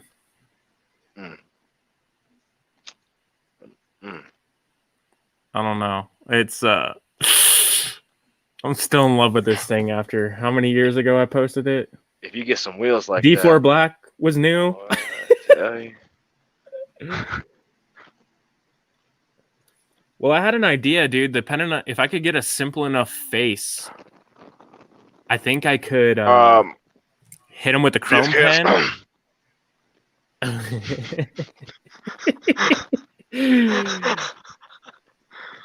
Yeah, I don't know. I'm about to get so royally flamed on the internet for this, but I've never been a huge fan of them, honestly. I don't mean to hurt anyone's feelings with that. It's been nice knowing you, man. It's been a cool run. You know. I'm sorry, man. I literally, I mean, no offense to anyone with it. Oh my gosh, it's from Candy Girl. Oh my goodness. Oh my goodness. The flakes. Hey, the taxi. Yeah, brother. Oh no, what the not? Damn, I remember that. The Time of Taxi. Oh, those aren't the Watis. Those are fucking Hayashis. Thing looks dope, though. It did. I had to go and put dents in it to try to make it a missile. Ah, bad decision. Bad decision. I need to get a new Karina too, so I can do that. Oh man, another one, Randall. I think. Oh my gosh. You know, I came so close to rocking that body last week. I still have it, but it doesn't fit. Nothing fits on the stupid FXX anymore because I had to go and make it look like a bulldog.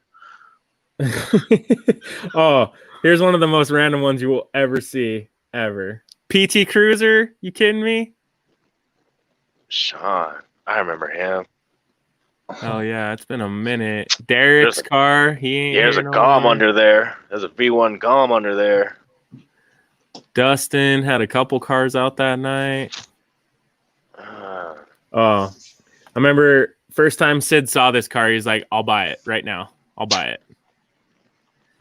This was, I want to say my third, maybe my fourth airbrushed body.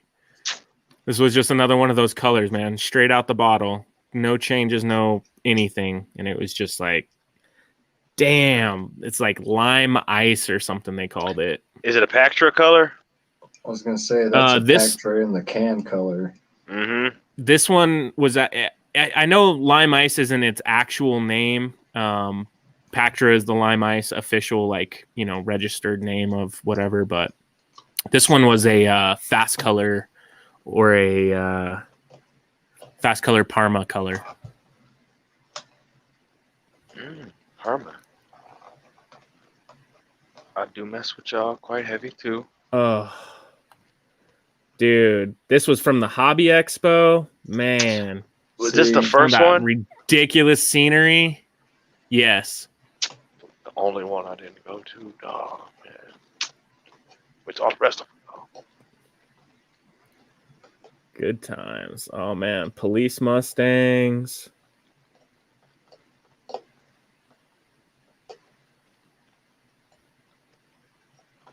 Good time. Oh hell yeah, little homie shout out, little 64th scale. I didn't do that. The man that inspired me to make shit did that. Hell yeah. Ben, what up? Oh You're man. out there. Hell yeah, Ben. little bit of crawler goodies. Oh, first time ever watching the VR slides. Oh, this is probably going to be terrible. Yeah, never mind. I'm not trying to make everyone throw up. On second thought, you don't need to see this. Oh, that one time I spent way too much money on a crawler that I don't drive ever.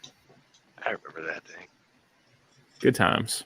Still cool. Good times. That Same. Driftworks. I don't have 86. mine anymore. Did you sell your crawler? Traded it. Damn, so you're crawlerless. I got a SCX 24. No 10 scale. All right. I did not know that you got rid of yours. Oh, yeah. I got another one we need to talk about real quick. This hotness. Uh-huh. I was waiting for it. You guys have not seen these wheels for the transmitters. I mean, come on. Hot damn. Hot damn. It's funny today. I've been seeing just everyone's posts because they're finally showing up in the mail.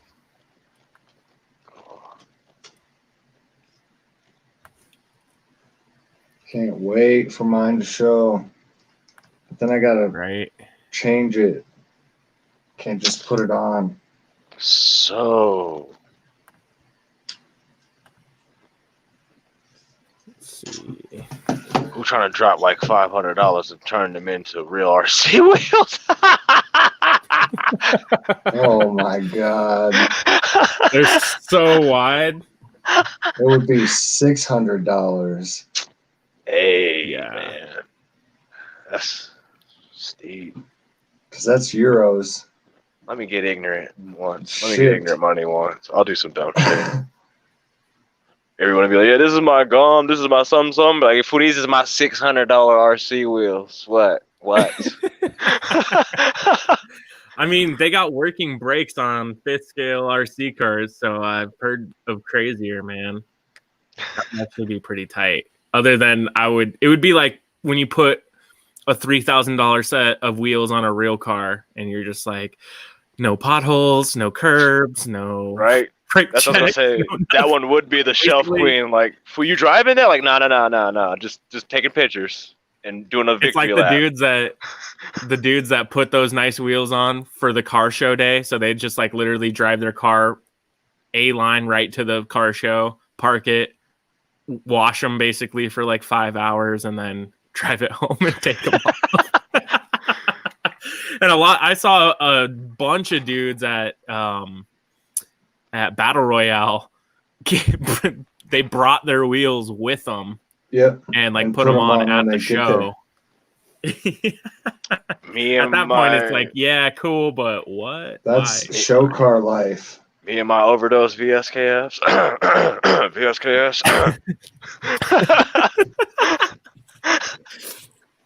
It's like, God, we're talking about those freaking ugly ass joints again. No, I'm just kidding. they could be flush face Euro lights, you know. That's even worse. Yeah, dude, these wheels though, man, pretty damn sick. So I forget, Andy, which one did you order again? I don't want to talk about it. You don't like it no more, damn. I didn't like it when I ordered it. It's the bronze 6-spoke, I think. Why you do that to yourself, yo? Because they didn't This have guy? that. Well, no, because the yellow was out of stock. I would have bought Oh, that's right. You got a yellow or a different red color. one. I got a fucking blue one. You sound like me. Red was out of fool. stock. You got yellow, I thought. No. Did I? Yeah. See, 'cause he don't even know what he got. That's how depressed he is about it. Oh, He's It like, was, I got no, some you're right. shit. It was yellow. It was yellow or blue. Like one of us got yellow, one of us got blue, but we both have the idea to paint that caliper. Well, yeah. I don't want to because it's not going to be the same, but I'm going to paint it because I wanted a bronze rim and I didn't like the 12 spokes, and the only red or yellow that they had that was bronze was the 12 spoke, and I wanted 5 or 6. Man, like I said, you sound like me. Like, well, they ain't had this, so I just settled and got this. And then they go pop these back out. Now I'm mad. Right, they'll be back in stock. Yeah. I definitely I scooped up one of these guys, silver. I think I got blue. And it sucked though. I really wanted bronze. Like the bronze looks so saucy, but I think silver is gonna look real nice on a transmitter, honestly. But that bronze though, oof. These wheels are cool and all. It's probably out there already. Do they have steering wheels though? Like some that's wheels? What I like a always car steering wheel? Like, why are they using a wheel and not a steering wheel? That's the dumbest thing. On some low-key decision shit, that's one of the reasons why I picked the Noble, because it has an actual steering wheel as the wheel. Steering wheel. I thought that, besides the screen and the other features, I thought that was the coolest part. I was like, this is a legit steering wheel. That's cool. I've always wondered that. Like, why don't they do that? It doesn't make why sense I like to use the car wheel. So I like X-Mods back in the day. You had like a legit replica Sparko or a legit little replica Momo on the transmitter. Yeah. Man, I am blowing my computer up right now trying to zoom in on Instagram. All right. Monster sent me...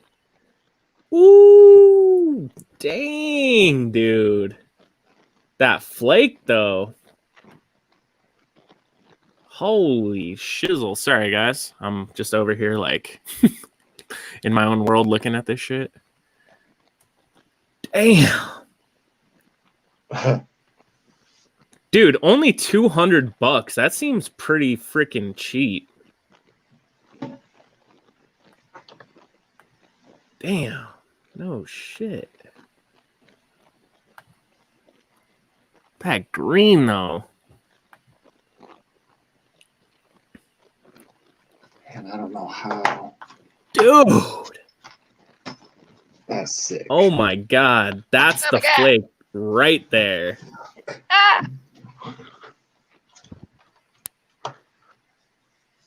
Woo! I'm all right. What are you doing, bro? I'm okay. Oh, I was looking at the flake design, but yeah, the little Sparko steering wheel. That's tight. We need these for the big ones. Do you like the thin though, like that, or do you like more of a like surface area for your finger? I mean, this is kind of cool. Like the thin's cool because you have better control, you have better grip on it than that big old fat dude hobnob. I want one of those dead boys freaking steering wheels. Later, K-pop. Thanks for tuning in, my friend. We'll see you on Tuesday. Flakes, though. Somehow I lost a gorilla magnet. Is that even possible? That's what I thought. Like it was supposed to hold on to everything. It was stuck to the mount on the bumper. I took the bumper off, sat it down, put it back on. Now it's gone. The fudge. Yo, so how do we paint Kaido like this? Did Jimmy shared some flakes? Yeah, it's on this one. Yeah, them like House of Flake or something. In just a second. Not House of Flake. That's not what it's called. Dude.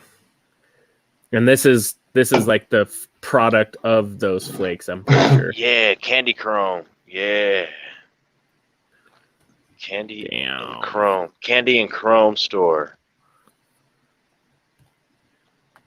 That's ridiculous. That is that's good looking. Shit, I'm looking at right now. Are you looking at the? We're looking at the same thing. Looking at the same Jimmy post, huh?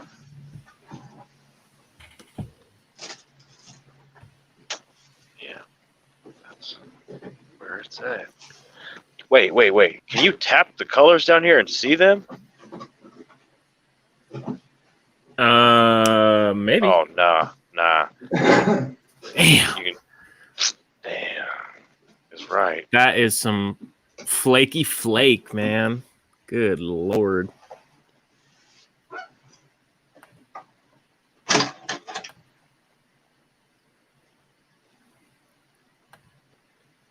The prices on them seem pretty reasonable, though.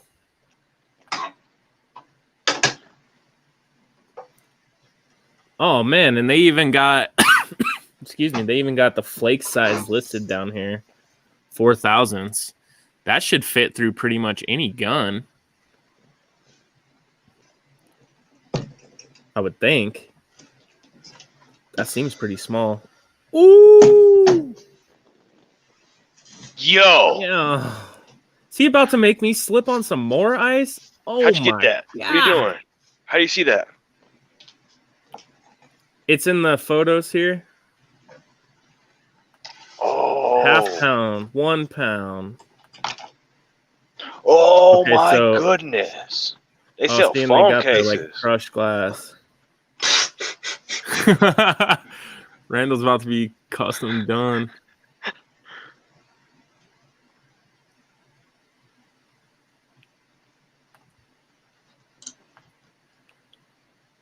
Oh yeah, Brown Rose, thanks for tuning in, man. Good luck on your guys' search for a spot. Hopefully it's easier than hard, and we'll see some of you guys in October. All right. Well, thanks, Jimmy. There's more ice I get to slip on tomorrow after I get paid. Wah, wah, wah, wah, wah, wah, wah, wah. All right. Bandana phone case? Don't tell me this is all for stupid iPhone.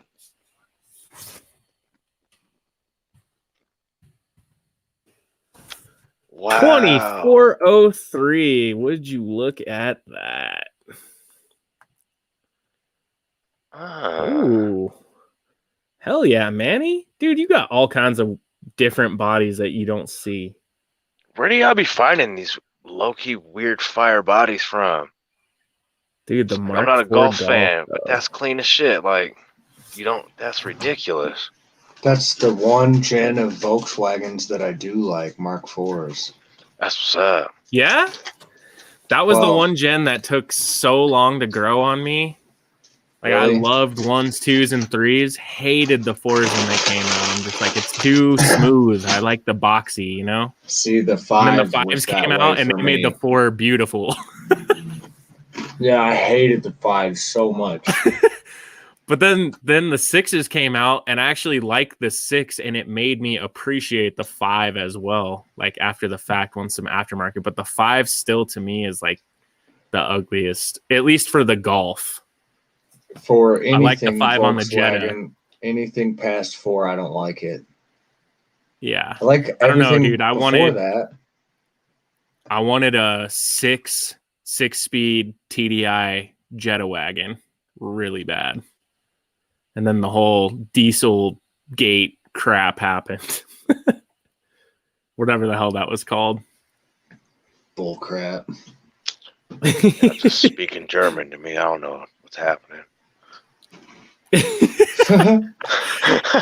Volkswagen got sued for like multiple billions of dollars because they like programmed the ECUs to lie about the emissions that they were actually producing. So they were saying that they were getting better gas mileage than they were, and they were polluting less than they actually were. And then they proved that Volkswagen had knowledge of it.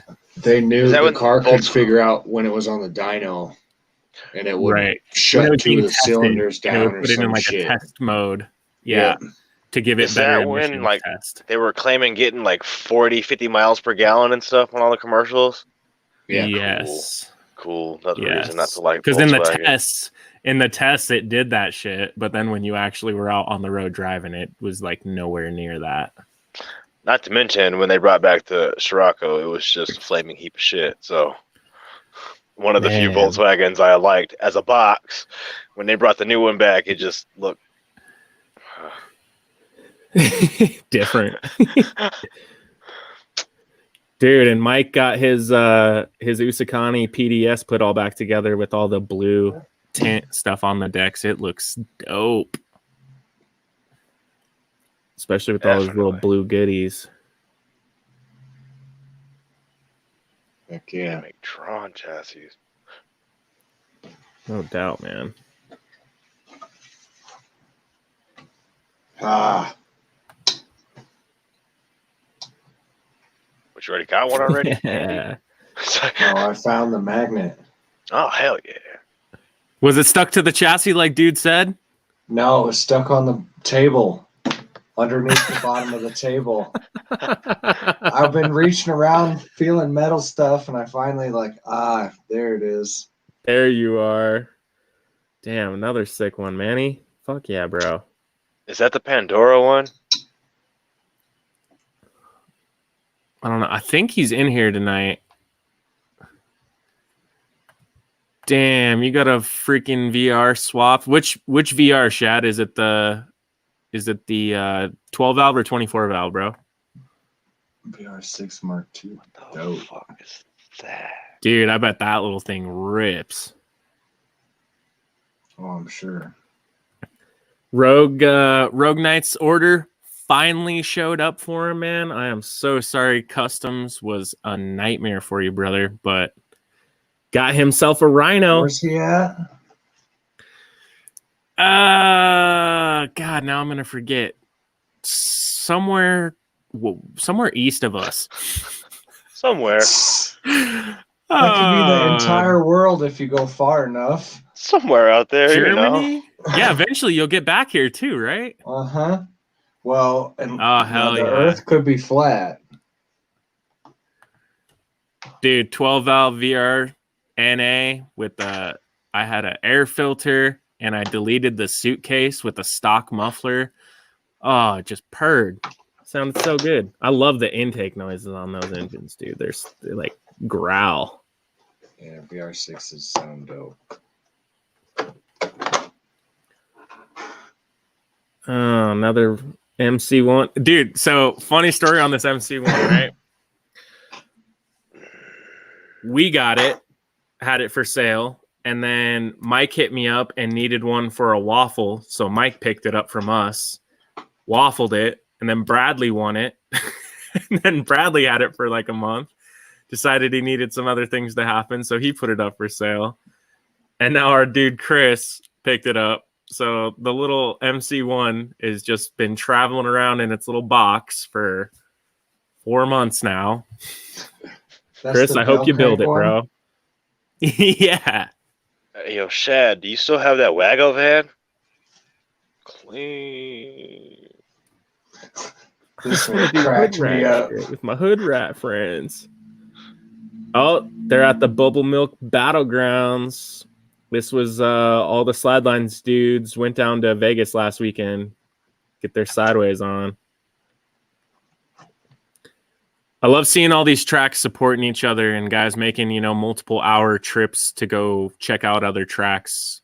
I know we've been talking this week about trying to hit a new one that just popped up in Colorado, go show them some support and give them some love and help those guys get going. I know a bunch of them have been making their way up to Denver on Fridays and Saturdays to help get their cars tuned up, and they've been buying parts and we're all a big community, dude. So just want to show, our love for the drift scene and really put our foot forward as, just trying to make it better and different and put that effort out there. So good on you guys, Mike and crew from Slidelines heading down to Zona. That's awesome. And I know a bunch of the Zona guys have gone up to Slidelines and Super G and stuff a bunch too. So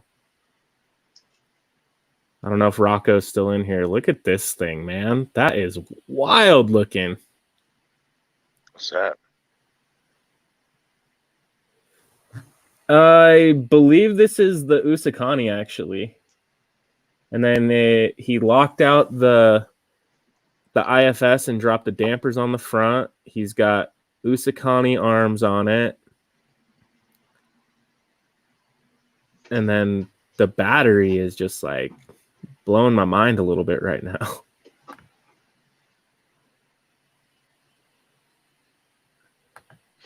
I wonder how that drives. You guys and your crazy battery placements. Dude, it's wild. Like putting it up high, how much like pitch and roll you can get. We're about to get dumped on by like this ridiculous snowstorm apparently. So it'll be a few weeks, but we have our track rental that I made a high battery mount for. I actually sent one. I sent a few out.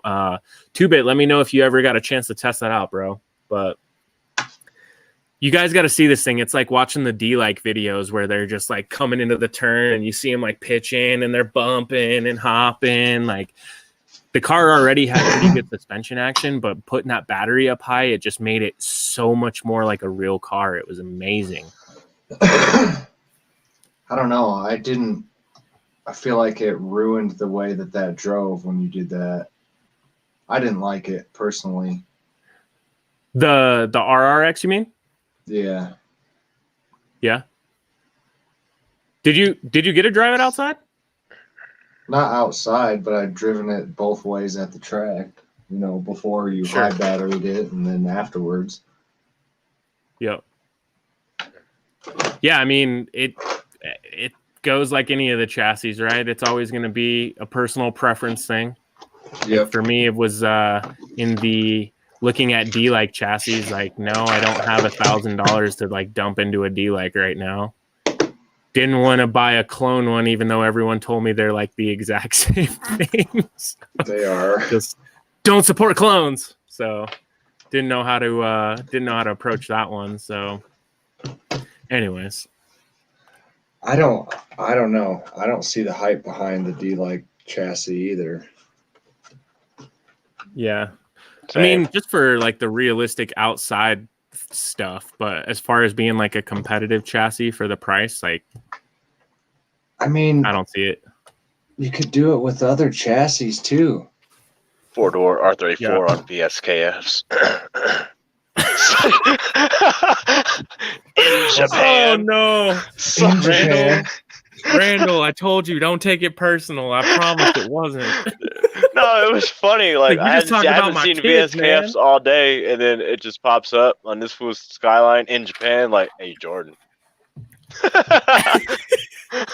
It's because we've been talking about it. You said VSKFs on the video, and you know Facebook land is listening to you.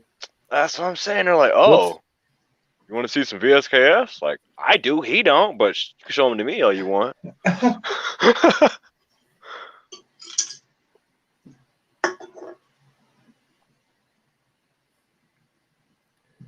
At least we still have the same love for old school wheels. So, you know, like old school wheels always trumps hot boy wheels. So you still always good in my book. You can hate on VSKFs all you want.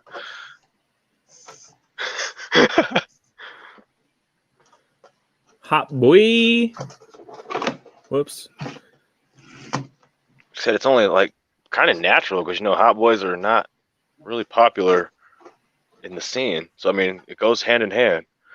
I'm that rare breed that likes both hot boy shit and old school shit. So it's like, I'm the one that doesn't fit in here. Don't fit. So it's not just a clever name.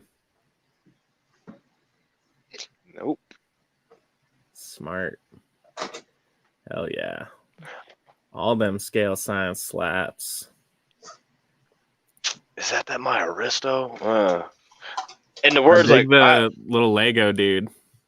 I have an S14 that one of the homies, it says it's his future car when I sell it to him. So I mean, like that Aristo, fool, like, you better keep my baby clean, fool. Don't put no scratches on it, because when you sell it. Hey, what wheels is he using? Oh yeah, yeah. Oh man. Some XKV9s, you know, they're not VSKFs. You can't hate those. Oh gosh. Like I say, now we share the love for old school wheels, so we're both a rare breed. All us three right here share the love for the old school wheel. So, hell Yeah. dude, wheels are another thing. Like arguing about cars. Like tonight I went against the rule of thumb and told you I didn't love VSKFs, but wheels are like cars. Like I just like wheels. There's so many weird ones that I like, and like supercar wheels I like, and motorcycle wheels I like, and all for different reasons, you know? yeah, no, like I said, we love all the stuff, but I don't like Mustangs. They're there. They got wheels on it. But am I going to turn down a ride in one if someone's like, hey, fool, I got this drift Mustang. You want to go for a ride? Yeah, fool, let's go. Heck yeah. Yeah. But am I going to buy a Mustang ever? No. Maybe a Fox body if I find one cheap. You know, case swap it or something. Oh. Right. Love that garage, man. It's fire. That'd be so awesome, man. To post it in Worldwide Drift. Agreed. Case swapped Mustang. That'd be cool. It would make a front wheel person drive mad. one. Ooh, it would make a certain person so damn mad. Yo, and Mikey hit up PJ for a livery that he's trying to get done. But PJ showing off his skills here. If you guys need some help or anything on your RC cars, like sticker related, PJ's come through for all of us on some cool slaps. He made us the Slurp My Balls stickers. He made Andy a number of different ones for like masks and other stuff that he's been working on. And he's made me some stars. On this guy, yeah, he had to remake a bunch of these logos for his car that were already on there, but since he was putting overs, it would cover them up. So did a really good job. The paint freaking matched up awesome. So good work, PJ. This was I know laying down freaking stickers like that is no easy task, dude. And that thing looks so mean now. Oh yeah. Like the R34 body. Ooh. So aggressive. Freaking fat overs. There you go. There's Matt. That's what I was going to say. We need Matt. That's a Matt statement. Dude, did any of you guys watch K-pop stream this week? I missed it. Oh my god, he kept saying fabulous. I will catch it on Saturday. He's like, though. dropping the F-bomb. Fabulous. Oh jeez. Yeah, I will catch it on Saturday, so I'll comment on Saturday. Trust me. Saturday is my YouTube catch-up day for things that I don't catch during the week, because now I'd be missing a lot of stuff. Because it's that old typical thing. I'll start to watch something, and then it ends up watching 5 minutes later. Yeah. Well, I made the mistake last night. Like, I was sitting up, everything was cool, and then I made the mistake to lay down, just in a slight lay down on the couch, and it was like I said, it's like, damn, next thing I know, it was like, oh, whoa, it's 3 a.m. Whoa, I need to get up and go to bed. What happened? Right. Yep. So you guys can see a little bit more of his process here. How he's lined up the star and everything. Like, bruh, good work.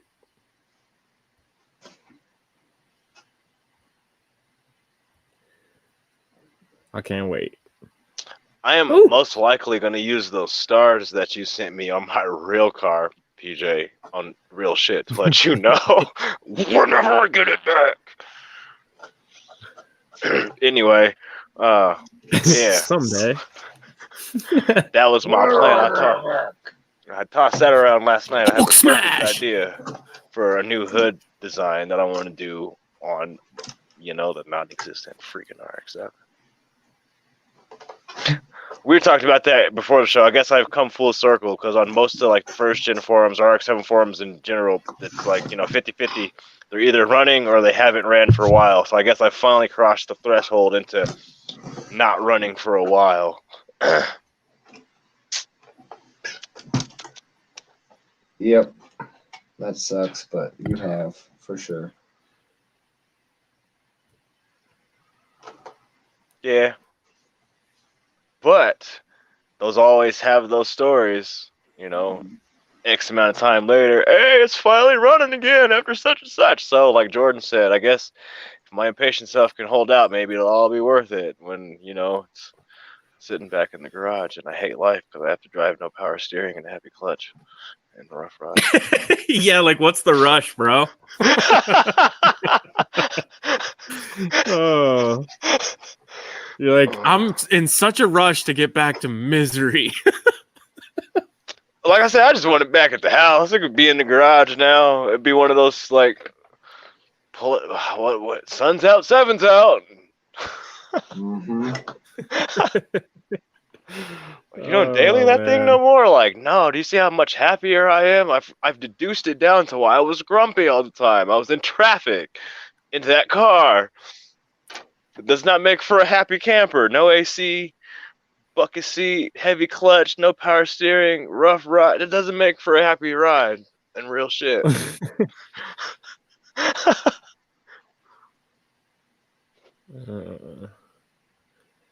Oh, that like I said, that trip to Fort Collins, sitting in that bucket seat for so long. Oh my God, I couldn't wait to get out of that car. Oh, for real, man. I remember that day too. Like it stormed so crazy on the way home. Oh man. We were all worried like everyone was actually going to make it home because it was raining so freaking hard. It was a doozy. God. Dude, the FD, I haven't done one since I was a youngin'. I need to do one. I'm really liking how this Arlos one looks. Mm-hmm. I want to do another FD too. But like, only thing that somebody else bought the freaking top line one. Somebody else bought the top line FC.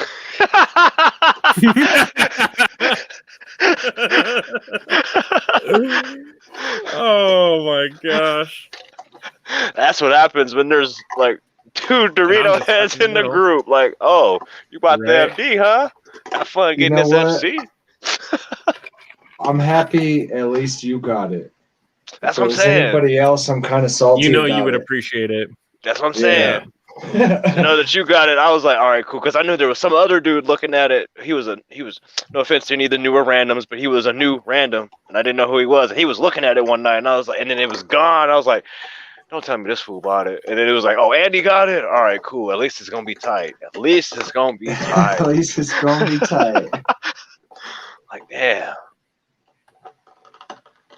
I still can't believe I sold my one Yokomo FD. So, well, I didn't sell. Like I said, I traded it. I traded my best RC car at the time for a lathe. So, I mean, it was a win-win situation. Got a lathe. Lost an FD, lost a modded D4, but got a lathe. I got a lathe. I'll take the lathe.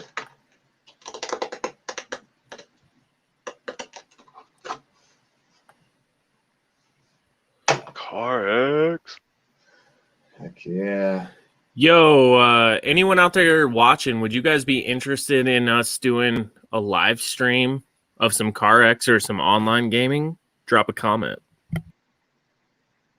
Anybody play CarX on PC or Xbox? Want to jump in with me and Randall? We play on Sunday nights usually. See, I told you, PJ. We can't play together. PJ got it on PlayStation. We can't play together, but he can play with Matt and Steven and Raquel and Daniel. Yeah. He can't play with us. Bro. You need to either get it on PC or, you know, just switch on over to Xbox. I know it's a hard decision. You know, and if you guys haven't seen it, we have a Discord server. I believe still we're the only RC Discord, but we have a gaming text and a gaming voice channel. So if you guys need like a place to do so, and you all can join up and talk in the Discord chat, either on your mics or you guys can text or whatever. But it's been a good way to link up with people playing CarX or people playing FR Legends. If you guys want to jump in and make lobbies or host lobbies or whatever, share them with people. I mean, obviously there's other places to do it too, but everyone here is pretty cool. All the lobbies I've been in for FR Legends have been badass, man. Everyone's been super fun and cool, and I'm sure CarX is only more of the same. So yeah, we linked up and talked through the Discord on Sunday. Me, Andy, and Steven. nice. Hell yeah. Hell yeah. All right, sorry. Back to so cooler. Back to reality.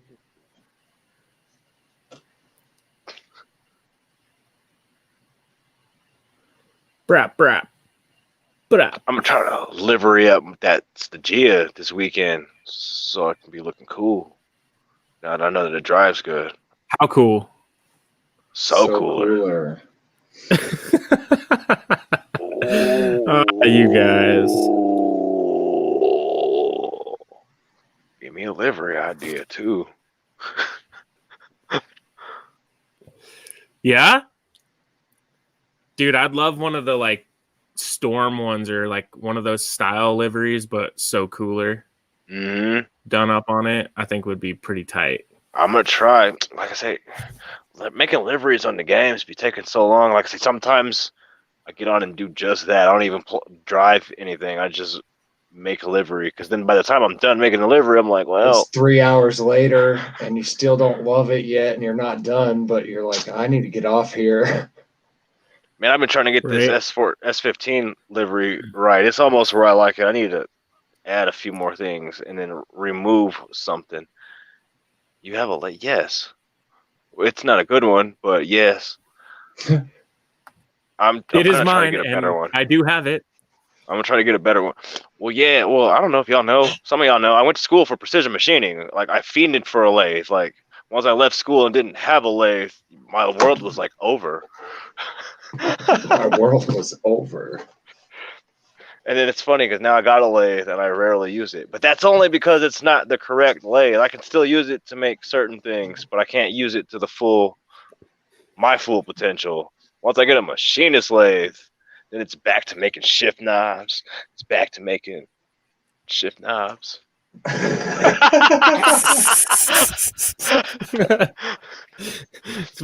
Shift knobs and shift knobs and door knobs. I'm really good at making knobs. Okay, shift knobs, door knobs. Give me a piece of stock. It's not popping. The knob. But I want to learn. I want to learn new things, so still too. But I need the machinist lathe. There's some techniques I've been learning on YouTube, and I'm like, ooh, you wait, boy, you wait. Yo, I was actually. This reminded me just now. Dre's got these custom wheels on here. You guys have seen. I'll try to get you a better side view of that. I know I just saw one. I think it was up some. Because there was like a straight on side shot of it. There it goes. Damn. So these are custom printed inserts for MST barrels. And we have a direct link on somebody that can produce these, provide the barrels, and ship them all to us. They are around, I want to say $35, maybe $40 a set, with the wheels included. I want to set up a group buy if anyone's interested in getting some custom stuff done. I'm trying to get like a list, I guess, of all the options that are available, but this dude has a ton of wheels already done. And then I sent him one just as like, do you have this? And he's like, oh, I got this one that's close and I could actually make that wheel for you. So obviously I don't want to send him like 50 different wheels that he has to make, but if you've been looking for like a custom set of something that they do not make or they don't have, or you haven't been able to find forever, maybe an option for you. The one I'm working on right now is actually an insert to make it look like it's a small wheel. I don't know. All jokes aside, VSKFs and like the adjustable offset, like, serious ass question. Does he have those or not? No, for real. Yeah, he has the face for him already. And then you get the adjustable barrel. You already know. Seeing like, I want some. I was honestly hoping that he might redesign them for even like DS the wheels. DS wheels. Yeah, because then they're bolt together ones. Like I like the DS adjustables because of the hardware option. Like I know it does make the wheel heavier, but that I don't know, just the extra for like it's easy to take apart. It's easy to like swap and change, and my MST ones always pop off. 12 mil. Yes. MST stop at 9. Yeah, and sometimes to 11. Exactly. You get more. You get and they have 4, I think, or 5 setting options on the DS wheels. Like I think it's 4, 6, 8, 10, and 12. I think. No, it can't be 5. You might be right. It might be 5 because I think it's 4, 6, 8, 10, and 12. Or yeah, these have it's either 4. 4 or 6. Yeah, 4. Okay, so what is it? 6, 8, 6. Doesn't say. Oh, all right. I'm just all the way deep. Yeah, 12. So I don't know. Where's the best place? You guys want me to do like a cross? Like I'll post one on Instagram for those of you on Instagram, and I'll post one on Facebook for those of you on Facebook, I guess. Let's try to put together some more details on an exact price for the wheel, how to order it, and then let's get a big group order going so we could save some money on shipping and stuff, man. I think it would be kind of fun, and I don't know, we could all just like, what wheels did you get, you know? Oh, it's going to be like Wheel Christmas. Wednesday for like the next year. Yeah, exactly. You already know this is going to happen. Now that you already know it's going to happen. So I want some. I know Andy's going to want some. I know when Matt sees it, everybody at the track's going to want some. See, when we get that shipment, food's it's on and popping.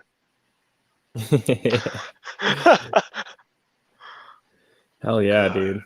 I know there's got to be other people out there that want some different wheels. So because I'm about to do the thing.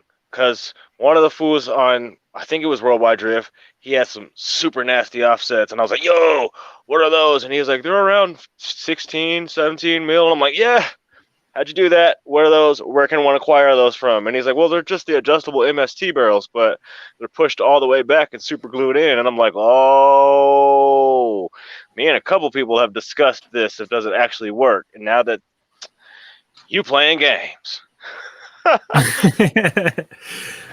Well, and so another thing I wanted to ask too was for the Super G comp, the one caveat versus what we're doing right now is their new spec tire is going to be that DS Comp 3 LF5, and I want to order some.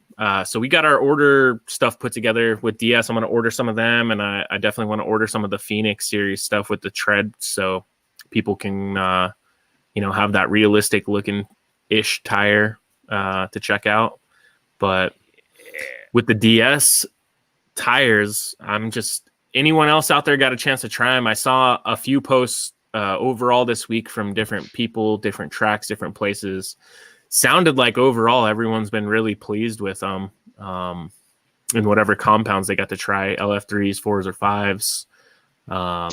I didn't realize that the number actually correlated to the compound. So 5 being the hardest, 1 being the softest. Are the quadruple Fs good on P-Tile?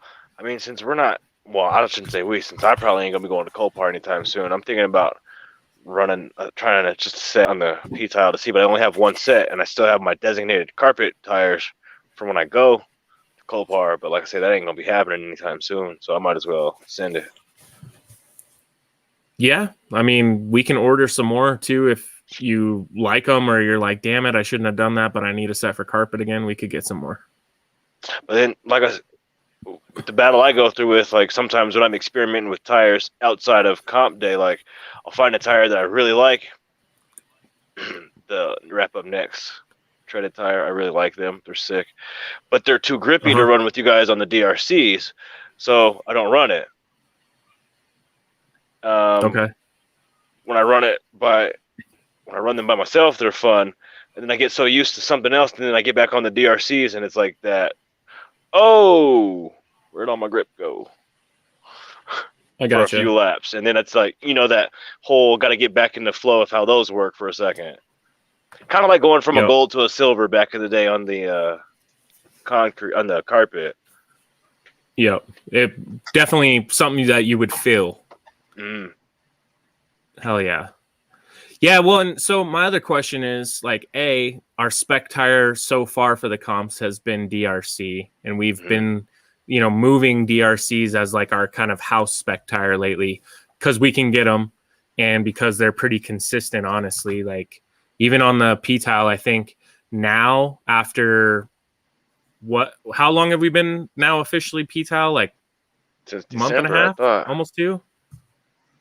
I may be tripping there. Yeah, I mean, like I open think though, feels like longer weekly. than that. Mm. I'm pretty sure. Well, we reopened in January, so yeah, December. So Okay. I'm on my same set of P-Tile tires, but I am just now like after working on them to make some more grip. I think I'm ready for a replacement set on a couple of the cars. But the RMX of all of them, it burned a set up in like 2 weekends ish. I ran them on the FXX last Friday, and I didn't expect them to do anything because of, tilty. But like the FXX was boogieing. That was the Laurel that I was driving on Friday. That thing was boogieing on the DRCs, and that blew my mind because they're a square tire. I had like a sliver of contact patch, and I was still boogieing with them. Yep. So I mean, like I like the DRCs, but I just like tires that are have a slight curve and a round to them, so they could camber friendly. Yeah. DRCs well, and I mean, definitely aren't that. Yeah, I was gonna say almost all the drift cars are running some kind of camber, so definitely like the roundness being friendly to them is nice, But I do know like the DRCs, they wear in pretty well as far as like rounding out. I like the squareness because I don't know, for the rollout of the tire, it seems to be more uniform. Like when it spins, it seems like the DRCs are like usually more circular, and they don't have that weird line of like where they cast them together or whatever. Like a lot of the round tires seem to have, like especially the MST tires have that bad seam in a lot of them. Matt put MST tires on his car one day, and he's like, "This is driving like crap." Blah blah blah blah blah. And I drove it, and I'm like, "What'd you do to it, Matt?" And he's like, "I didn't touch it." And I looked at it, and I'm like, "Dude, you have like a razor blade of, contact patch." I'm like, "What tires are these?" And he's like, "Oh, they're MSTs." I'm like, "Throw those in the trash and put. If you're gonna run zero camber, you got to run tires that are flat." Yeah. Which I don't. I mean, so that's why I say that's my only gripe with the DRCs. They don't have a rounded tire, but I like them. Like I do like them. I just wish that compound was, I wish they had a contoured tire. Yeah. Well, one thing I've been noticing too is like in our older tunes, when I would do stuff, I was always trying to keep that lead wheel like super duper flat. And when you would come out to like full lock, it's actually harder for that to come back, especially on the rounder profile tires, because it does fall out to the edge in a little sense. But on like the DRCs, when it falls out positive, it kind of like helps push that back to center. Like as soon as you let off the servo, if you just had the car sitting on the bench, like no power, turn it all the way to lock and like let it sit on that edge and then just let go, and it would like push the tire back to center a little bit, which definitely would help you make transitions a lot smoother, I would feel like. Just from like the setup of the car. But on the other side, when you're out on the corner, it was like I had no steering feel in a lot of cases, unless I was making sure that chase wheel had a nice flat footprint if the lead wheel was leaning way out positive on its edge. So see, I run on both edges of mine. Yeah, inner and outer. The lead wheel is on the outer, and the chase wheel's on the inner. But is your lead wheel, is it on the outer only beyond like ideal drift angle? Like when you get out full lock, then it leans out hard, or is it actually like that, like in say 60-degree area? 60 degrees, I'm still about flat. Yeah. Okay. So that's pretty much the same for me too, where it's more like full lock, I'll go positive, but in my like ideal angle, it's like fairly flat still. You don't drive full lock all the time? Cascading. Oh yeah, dude. All day. Oh, you're They an call me MST Krabby driver. Patties. That's right. My bad. Oh, did I just walk into that? Just roasting me for having a good car? It was hard to Randall, chase you that dead? slow car. I was just gonna say he's mad because we fast because we're not at full angle all the time. That's why y'all so slow. Y'all be crab walking and man. shit. Drifting's You know, not supposed to be fast. it's not supposed to be a dead ass crab walk either, though. It's not that. Oh, you know, one of my favorite things every week I look forward to is this like Chevy versus Ford, Yokomo versus MST battle that me and Andy seem to have created out of like thin air. Like Nowhere. they're both amazing. I like them. Like to each their own, you know. But it's so Me too, funny. but Like you won't see me Andy's driving car an breaks, and I'm MST. like, oh, Hey, I got both. I got MST man, and a should've bought a good car. YD3 Yokomo, so I used to. couldn't But I hang was with that just MST shit though. You experimenting know, in college, you know what I mean? MSTs for them hardcores. You know. Dude, I will say I'm my just MST JDM was, like, to the bone. chasing. I don't mess with that Malaysian crap. JDM or garbage. Huh. Oh man. Don't you drive a Volkswagen? When's the last time you see me drive it? Not too long ago, when On it was still Saturday. better weather. There you go. I You did drove it not. on Saturday. I did not. Oh no, you were in the Subi. That wasn't my Volkswagen.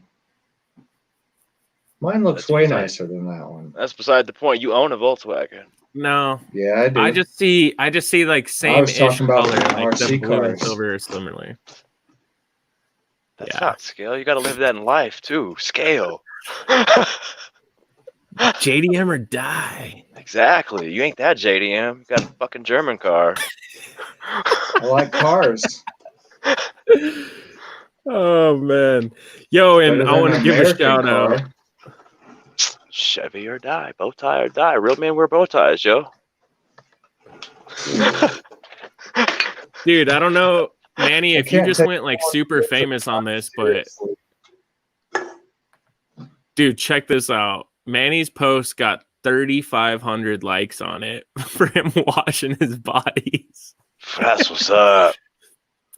That actually was like one of the most liked posts on our Facebook page. We used it as our Saturday morning come down and tune your car post pictures, and everyone was cracking up at it, man. I think it's hilarious.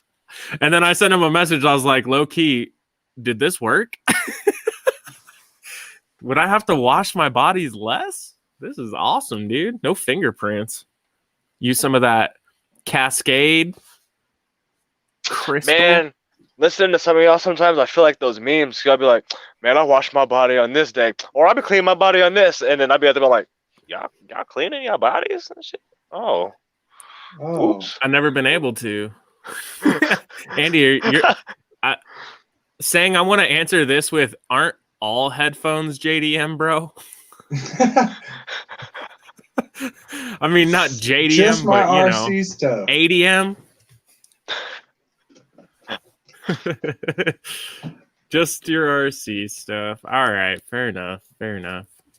Well, I don't know. You know, I do see the two different styles. Like, I don't know if it's just a cop out when people are like, MSTs are for driving smooth and Yokomos are for competition, and you know, MSTs are for driving smooth. Like, if you watch the MST station videos, their track layout and like all of their cars, no one is ever like 90 degrees at angle and like tapping in and out of throttle on anyone's door. Like, it is always just like they are like the smoothest dance partners ever. That's every one of the MST station videos if you go through all of the catalog. Malaysian drifting.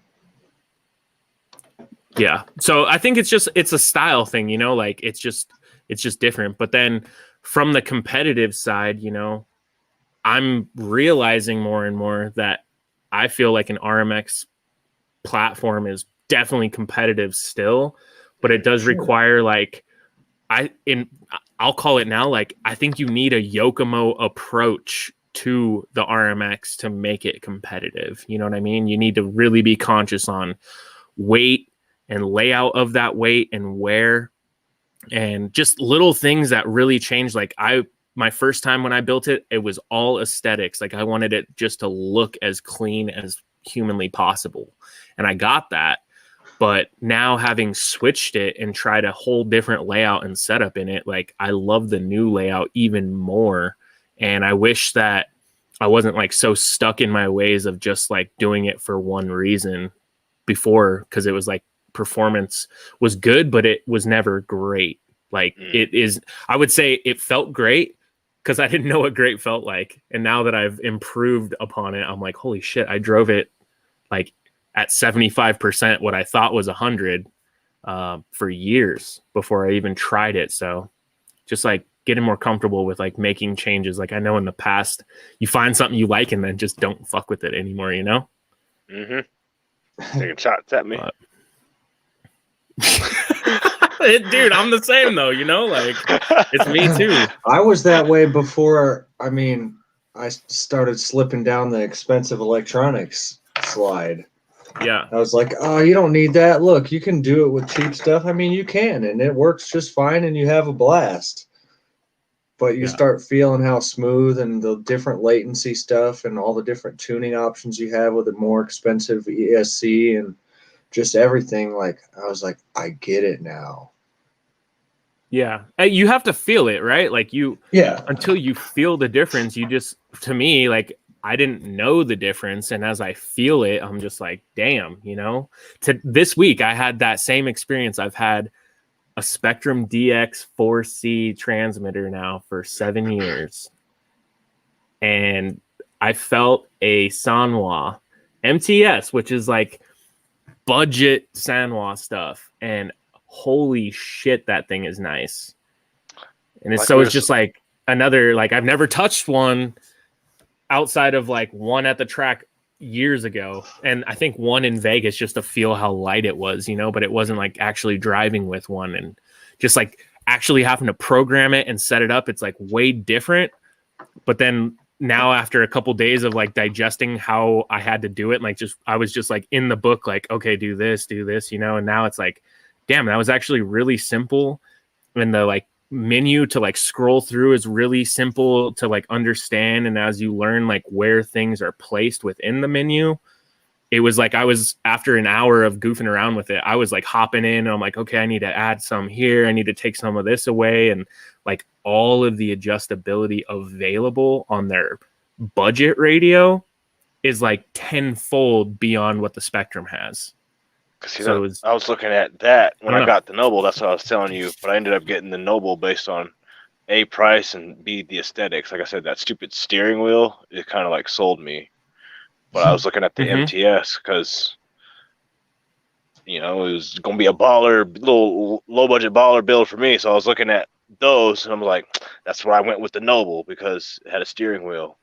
But I want to see your MTS. Is that yours or was that somebody else's? No, it's a customer's car. I just was helping him get it all put together this week. So it was actually really fun. You know, I've done a couple other little things here and there. And I mean, we've done free service for people for so long that, you know, now this year actually starting to charge for service to give people like a really professional look through. Like this one was kind of awesome, you know, like when I hit him with sticker price, I'm pretty sure he had a little sticker shock at first. He's like, wait, how much?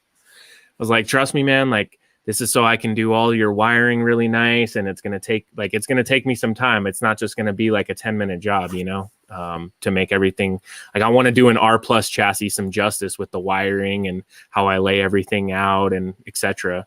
And I'm going to put it together and I like go to mount the motor very first thing. And then I feel the spur gear and it's just got this like wobble on the shaft. And I'm just like, that ain't right. I know that ain't right. There's way too, you know? And so it's like, shit. And I had to message him like, dude, I got to start tearing into your car. And I found a bunch of hardware that was like, the button head screws where it should have been flat head screws, and just, you know, And I had to ask, I tried to do it in a polite way, but I was like, was this your first time? And he's just like, yeah, dude. And actually I started and ended up being a way more technical than I was expecting it to be. And so seeing it from like a first time builder's perspective, it was kind of nice, like going back to my first time and remembering all the things like I've fucked up basically to approach it and be like, all right, if he used the wrong hardware here, there's probably, where did the screws that were supposed to be here end up? And then I took the transmission out and I found them on the transmission case. And I'm like, this is where those button heads need to be. And I'm going to, flip flop them. And, ended up getting it all put back together, realized tearing the transmission apart. I looked in his box. There's one bearing sitting in the box. I was just like, what's the one bearing for? He was like, oh, is an extra one. Just like on the other end of the top shaft. Yeah, well, I was like, one thing I've learned with pretty much every RC company, if it's metal, you don't get extras of it unless it's screws, maybe an extra couple screws. But if it's a hard part for the car, you don't get extras if it's metal ever. Especially bearing. Especially Yokomo. I'm like, dude, they ain't gonna give you one fucking bearing extra if they don't have to, because that's just they'll give you a sticker. You think they're gonna give you an extra bearing? But see, and then I had to like stop and look back, and I was just like, first kit, first build, he doesn't know that. And so, just going back through and like approaching it and like looking over all the things, and was like, he nailed the front end build. He got it perfect. I just moved the shocks over so it had a little more droop built into the car, like sitting there at rest. Other than that, nailed it. So, nice. What were some things like building your guys' first kits that you messed up on? Oh, the D4. I built it by the book. That tune was hot trash, was it not? Oh my god. Parts backwards, wiper arms backwards. I built it by the book, and that was my downfall. And then but fixed it, improved it. I mean, I can't even remember that far back, honestly. Yeah. Because I know for me, building kids since I dampers. was 8 years old or less. Yeah.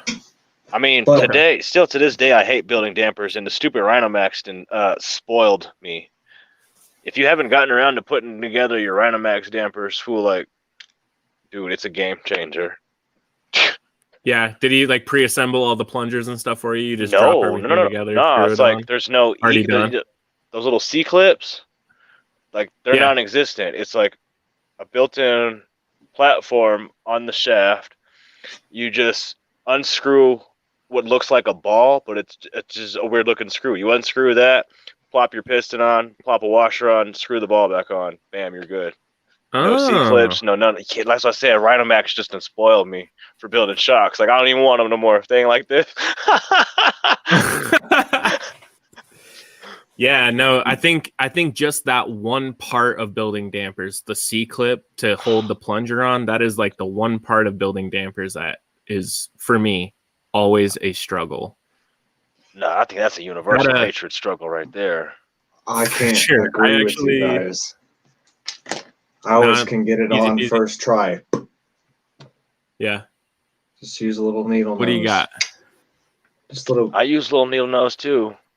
Not the curved ones. I just use the small, like the tiny one. I don't have them next to me. Is it essential they be curved, or is that just what you have? I don't think so, but I mean that's just what I have next to me. That's what I use, and like when I do it, all the time, it'll either go sideways or like countless times I've bent the freaking C. I can't. If we be real, I can't tell you how many of my chassis right now are running with bent C clips in them shocks because of that. using the screw. I mean, not screwdriver, the pliers. I want the D4 for sure has like 2 of them that are bent. The Whitey 2 has one that's bent, and I know the MST has got at least 2. The C clips are bent. So like pretty much all my chassis are running at least 1 or 2 clip. Like the C clips are bent. Well, let me start putting your shocks together for you. Just make shocks like the Rhinomax ones. Companies, It's like I don't know why Radamax had to come in and flex knowledge on y'all like that. Like, why weren't y'all doing that from the beginning? But I've gotten so used to building those style shocks. If Mike's still in here, he can attest. Like, seeing that is what freaked me out the most. I'm like, yo, how do I put together these shocks? Well, there's no C-clips, there's nothing. Like, what do I do here? And he's like, it's simple. You do this. I'm like, well, it's not simple. You don't understand. And I like watched the video, and he told me, and I was like, oh, it's simple. He understands. It is Mike, Rhino Whisperer. Ralph just told me that there's an actual tool. He's a little off on the price, just giving you a hard time, Ralph. But I'm ordering one right now. This is badass, dude. That's legit. I'm gonna get one. Dumb question. How's it work? It looks like it fits into that little coupler, and then you just squish it on. Oh. If that thing has like a groove in it to fit the little E-clip into it to hold it, that would be double game changer. Oh, it is grooved, dude. Yo. Oh, how much is it? $13, bro. I'll order a couple of them and I'll throw a few up in the parts cabinet. Yeah. $14, sorry, $13.93. Push the clip down with the screwdriver and then pinch it. Watch, if I bend a C-clip with these, though, I'm setting something on fire. Like, this is a designated tool for this. The one thing that would worry me about this specific tool, though, would be... it would have to push the piston lower than... down enough to, like, clear it. Like, that's the one not thing going to that I don't work know on if it my would work. axons. There's not room to do that. Yeah, the clips are literally touching, like the piston doesn't move at all. Wait, so you can use it on the bottom. Andy, flip it over, bro. Like the way the diagram is. See here? Whoops. Like on number 2 here, it is actually flipped over, so it would be like flush with the surface. See? Does that make sense? Like it sits in the lip, but you flip the tool over once you put it inside. So see, it's underneath the lip here. Like the lip is on the top. So the E-clip would be flush with the piston as you push it on. There's no lip underneath it? Right. Because I can't tell by the picture on the left. It looks like there's a lip on top and bottom on that. Let me see if I can zoom in on here. So see, it's just one lip on the bottom. The E-clip fits in, and then you flip the tool over. And so the E-clip would be flush with the flat surface of the tool here. You can see it in the diagram, like it's flush with the bottom. So that would work. I can't tell. That's too small on my screen. He's telling us it'll fit. It squeezes together. All right. Well, I'm going to get one. I think it'll work. I'm interested to try one. That looks legit. Because I don't bend them putting them on. I bend them taking them off. That's my problem. Man, I haven't had any E-clip problems ever. I don't bend them taking them off. They do the stereotypical, they shoot off into the abyss, and then I don't. Bing! Yeah. Magnet on the magnet. The magnet is the game changer. Hell yeah. I started magnetizing like all my like my needle nose when I would use those, and now I magnetize. I use a like X-Acto. I've had with a steel blade, little flathead, and stick it in there and twist it. It pops right out. Yeah, to pull them off, I'll use a little small flathead. That actually helped me stop fucking them up with flinging them. I would mess them up a lot. Yeah, either flinging them or I would bend them with the needle nose that I would try to use. So the screwdriver helped me get them off a lot cleaner and not fling them. I feel good knowing that someone like Jordan bends them too, you know. I've never bent one. Hey, dude, we all do. I'm like surprised that you could bend it. Oh, they bend pretty damn easily, as a matter of fact. Well, then, so on the ones, Andy, it would be like if the piston wasn't like down far enough, and when you started the E-clip, oh my God. That Sakura. Yokomo. All my chassis have them that are bent. Yokomo does it too. My Yokomo ones I can't bend with 2 pairs of pliers. I'm just You're kidding. strong enough, man. then. That's all that is. Start eating your You want to Wheaties arm there, wrestle weak man. tomorrow? After a long day of work, sanding shit all day, that's cheating. No. Cheating, I work too, bro. I've been working 13 years straight. Sanding You shit just got stretched a out all job. day. What you Nah, I'm complaining good. for? I'm good. Who said I was complaining? As a matter of fact. Oh, That's what I You did thought. I love after bending I shit. challenged you to an arm wrestling match. I didn't complain. I just stated, nah. It's not a complaint. That's just a statement I of want nah. in on that. You guys ever seen the that movie with Sylvester, the Over the Top? Nope. It's like an arm wrestling movie. No, Mm-mm. they like are professional arm wrestlers. He goes to like a competition to win like 50 grand or something in a semi.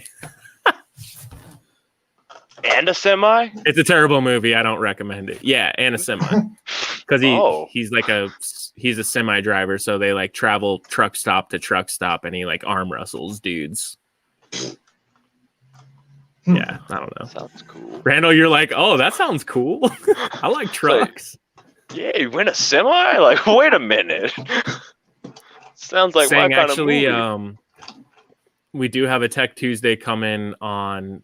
As a matter of fact, damper building. Hopefully next week. I just did a set of Yokomo big bores for the D5.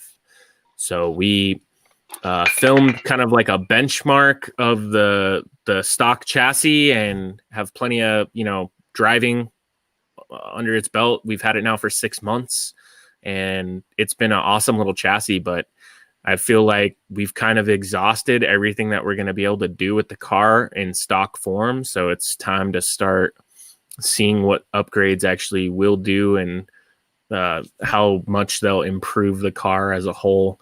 So starting with dampers, the funny thing is a set of Yokomo big bores with the Rev D springs is about as much as the entire effing chassis. So it's kind of a weird upgrade to make. Like the D5 throws me off still because it's like you put $100 body on it. You're like, damn, this body costs more than the whole chassis. And then you put a, $90, $95 set of dampers on it. And you're like, damn, these dampers are like more than the chassis cost. Wheels on it. Oh, man. But then like as a whole, did I just make this car drive that much better and started with basically nothing? We'll see. So I'm excited. Are you going to do the new pistons? Speaking of which, that should have been on the news along with the battery holders for the SX3s. BT Dubs. I didn't want to advertise them because you freaking guys already are going to bought them all. Well, Keith got he got a second shipment today of more battery holders because he sold out on battery holders first day and he sold out on the pistons. He couldn't even fulfill my whole order on the pistons the first day. It's a tapered piston. Yeah. And essentially he was saying like, depending on if you flip them one way or the other way, it would speed up or slow down your dampening like force, and I how found fast a big the article fluid can from travel Yokomo through. or Teams or whoever made them on them too. They made different already bored out holes too, bigger than standard. And the way that the oil flows and stuff, you're supposed to be able to use like a 30 weight oil and it's equivalent to like a 5 or a 10. Ooh. Oh, and okay. So you can use heavier oil. It helps leaking because the leaking is all coming from everybody using 0 and 5 and 10 weight oil. You're supposed to be using higher weight oil, but everybody wants the quicker, the bouncy, yeah, real bouncy stuff. So that's supposed to be able to use heavier weight oil and still not bring it up to what would have been 30 with stock pistons. Ralph, he's our drug dealer too, bro. And my God, does he hit me hard every week with the fire. I was going to say he's got some more fire that I want, but I don't know if I want to spend that on a screw kit right now. Oh, the Dang, I titanium feel ones, it. dude. Have you 150 know bucks. which ones I was those about to are, slip though, on right? them. Yeah, the ones that Steven has, the In his freaking yeah, it's like kamikaze. machined. Yes. Oh, No, the hardware I want itself to buy is. them just to look at them in the bag. I know. I don't even want to put them on my car. Let me see if I can pull one up for you guys. Don't tell Look like anyone Steven. about them ever. No. Oh, by the No, way, y'all you just ready have for to Monday buy to be them. horrible? If you guys buy them from us or buy them from Keith directly, would you? Support Keith. If you guys shop with Keith, tell him we love him. And if you have never shopped with Keith before, it's GGT.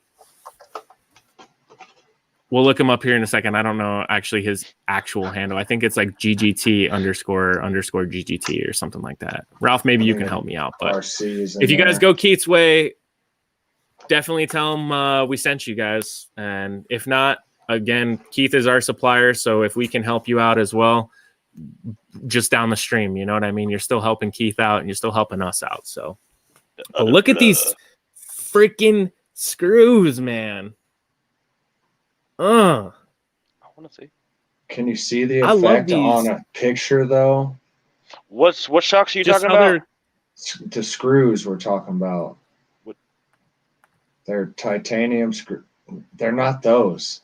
That's not them. Not these ones? No. Oh, no, I'm out. I don't want them. I want these ones. These are those are different sexy ones, but those are still Racing Performer. No, they're on the bottom of the deck. You can't see the hex in it. You can't see the hole where you put your wrench. What? They're like, for a screw, they're the coolest screw I've ever seen. Thank you, Ralph. All right. You can't just tell me this and then not give me more. Give me more. Pay more attention. Steven's had them at the track for years, and he quit bringing them. I have to be mad. Come on, Matt. I was finna say, you gonna mad him like that? They've been at the track like 150 times. He was showing them off the first time he got them. He never Those showed are just different shaped head ones, but that's not what comes in that kit. All right, what are they called? High precision cutting something. Racing Performer. But now everyone's going to buy them because we told them about them. Good. So I'm not going to get any. When you guys do buy them, you donate them to me. Tell them why, or just tell them why you bought them. So then next time, maybe we could get cut a set before they drop, and then we could tell all y'all about them. Yeah, give me a Racing Performer sponsorship. These? That's what these? No, those are Yokomo. High performance precision cut in titanium screws. These? They're Racing Performer ones, not the Yokomo ones. Racing Performer high precision cutting titanium screws. I was looking at Jordan's screen. I was making so I couldn't see what you were showing me. I still these can't. ones. Are these the right one? I see the picture. I couldn't see what the writing was. RP. But it sounds Randall, like it. Randall, what's the part number? That's what I was going to say. Part number is RP dash 052-2. It was probably a sold out set for one of the kits, right? Like there's SX3 kit or something. This is for the I don't know. There's a sold out kit for something else. They're the RP 907s.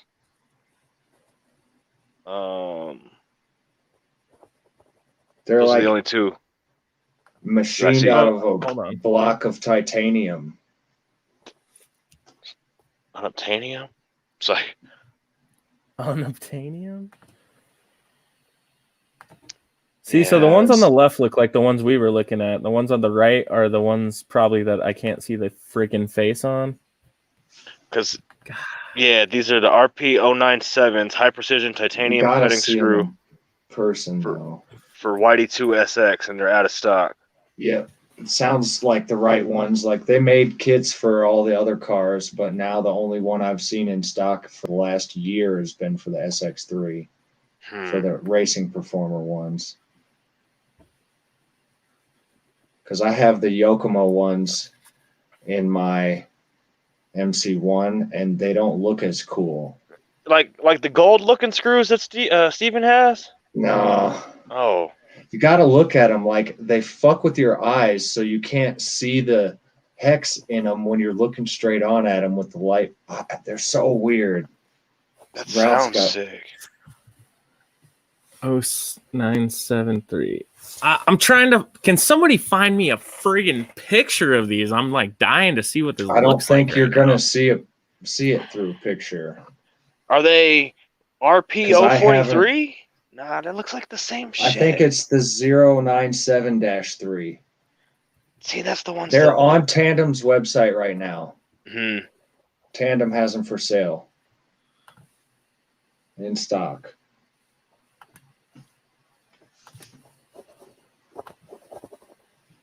I just want to see them. I don't even want them. I want to see. Oh, okay. Sang was showing us there's these other ones from a company called Clinic. Those are sick looking. Look at that. Blue. Have y'all seen Mike, I hope you rewatched to this part. Oh, that's dope. The Rev D titanium? Gold. Oh, it's a servo screw. Those are sick too. Those automatically center the servo over the hole. That's legit. Oh, those are totally worth it. Dude, that's 41 screws though for $57. Like that seems really reasonable for titanium. Nah, because the titanium kit for the SX3 is $150. That's the nicest, fanciest one you can get, though. Hey, Steven sent you a video of them. Oh, all right. My man Steven. Thank you, bro. That's wild. Let me try to double up here real quick. Because I got the Yokomo ones for my Rev D for like $60, and there was 98 screws. 98. Yeah, there they are. It's still, you got to see them in person. It looks better, but like they almost just look like a circle. It doesn't look like a hex. They look like a rivet, like the hole. Yeah, that's cool. Huh, like that's wild. Rivet. They're dope. That's like, you know, if you want to get tie screws to save weight and you want to be extra about it, like the tie screws is already extra, but you want to be super extra, get the Racing Performer ones. I mean, if you don't want to be super extra, then what the hell is life all about? I mean, that's up to you, right? Holy. It is. It is. It's up to you to the level that you want to take it to. Yes. Oh my God. It is late. We've been live for 3 hours, but damn, what an awesome show tonight, guys. We covered a ton of bases. And people are still hanging, man. Y'all, all the late night crowd. You can't see it. It's a GTR hatch. I'm going to share this so you guys can see. This is weird. I want. Oh, see, I need that Civic body. I just. Oh man, hold on. I got pictures coming. Here you go. Here you go. Yo, sign me up for a Civic and a GTR body.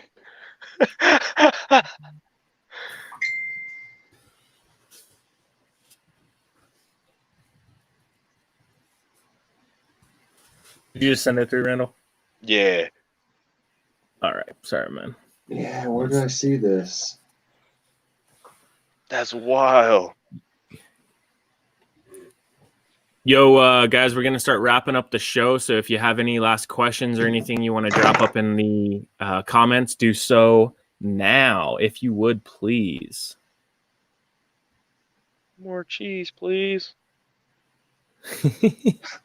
Yes, please. Yes, please. All right. Randall sent a message. Gen C, the COVID generation. Oh God, that's enough internet for now.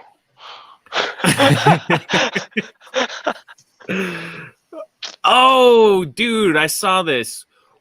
What the heck is that dude's name? We just talked about this earlier. This is the dude that we follow on Instagram, I think. Is it Yasi? Yasa Designs. Yazi?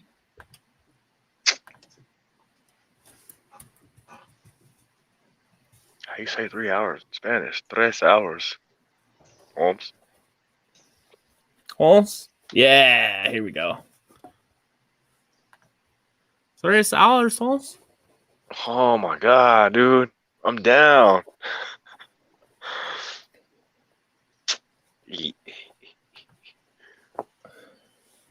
It's cool. I can see that thing looking so aggressive. Oh my God. It's almost like a cartoon Hot Wheels, like super like duper the Mega small, Tuner coops that I made. Yeah. Oh my but it's God. all the aesthetics of the GTR still, and a wagon. And it's funny because like, the Mega Tuner is a GTR. Yeah. Looks like a K car. Oh yeah.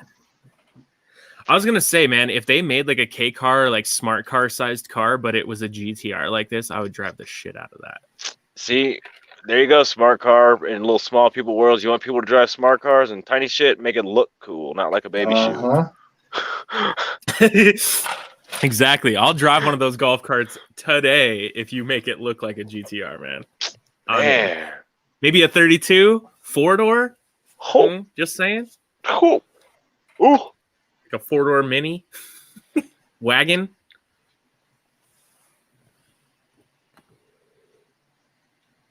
That's sick. But still with the GTR meats on it. Oof. Still with. Never mind. I was gonna say that would defeat the purpose of it being a K car. Still have that VR38 underneath. Yeah, it can't be a K car then.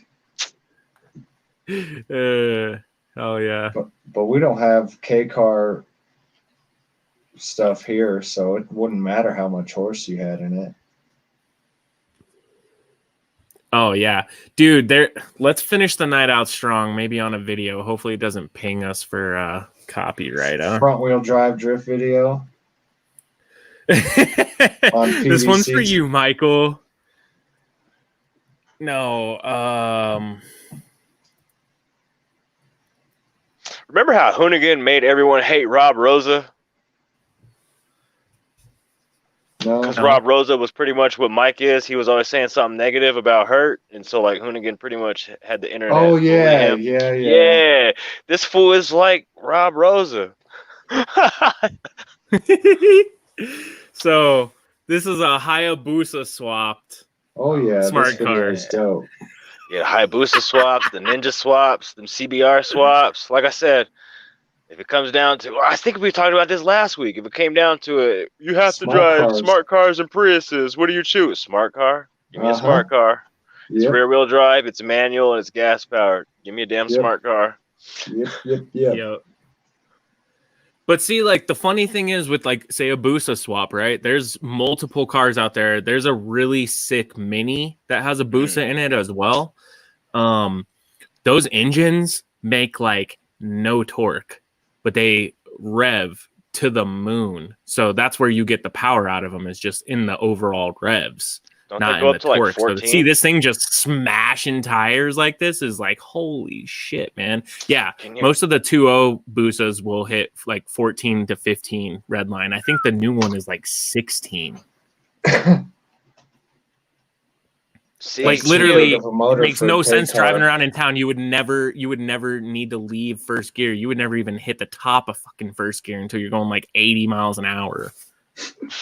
For us drifting aspect, can you imagine like tandems? We could get like the Polish style in stadium tandems if everyone was driving. Hell, dude! Cars. I mean, you could probably have like an indoor spot. Like we could rent like an old Safeway or like a building like that and be able to skid inside with these. Just throw down.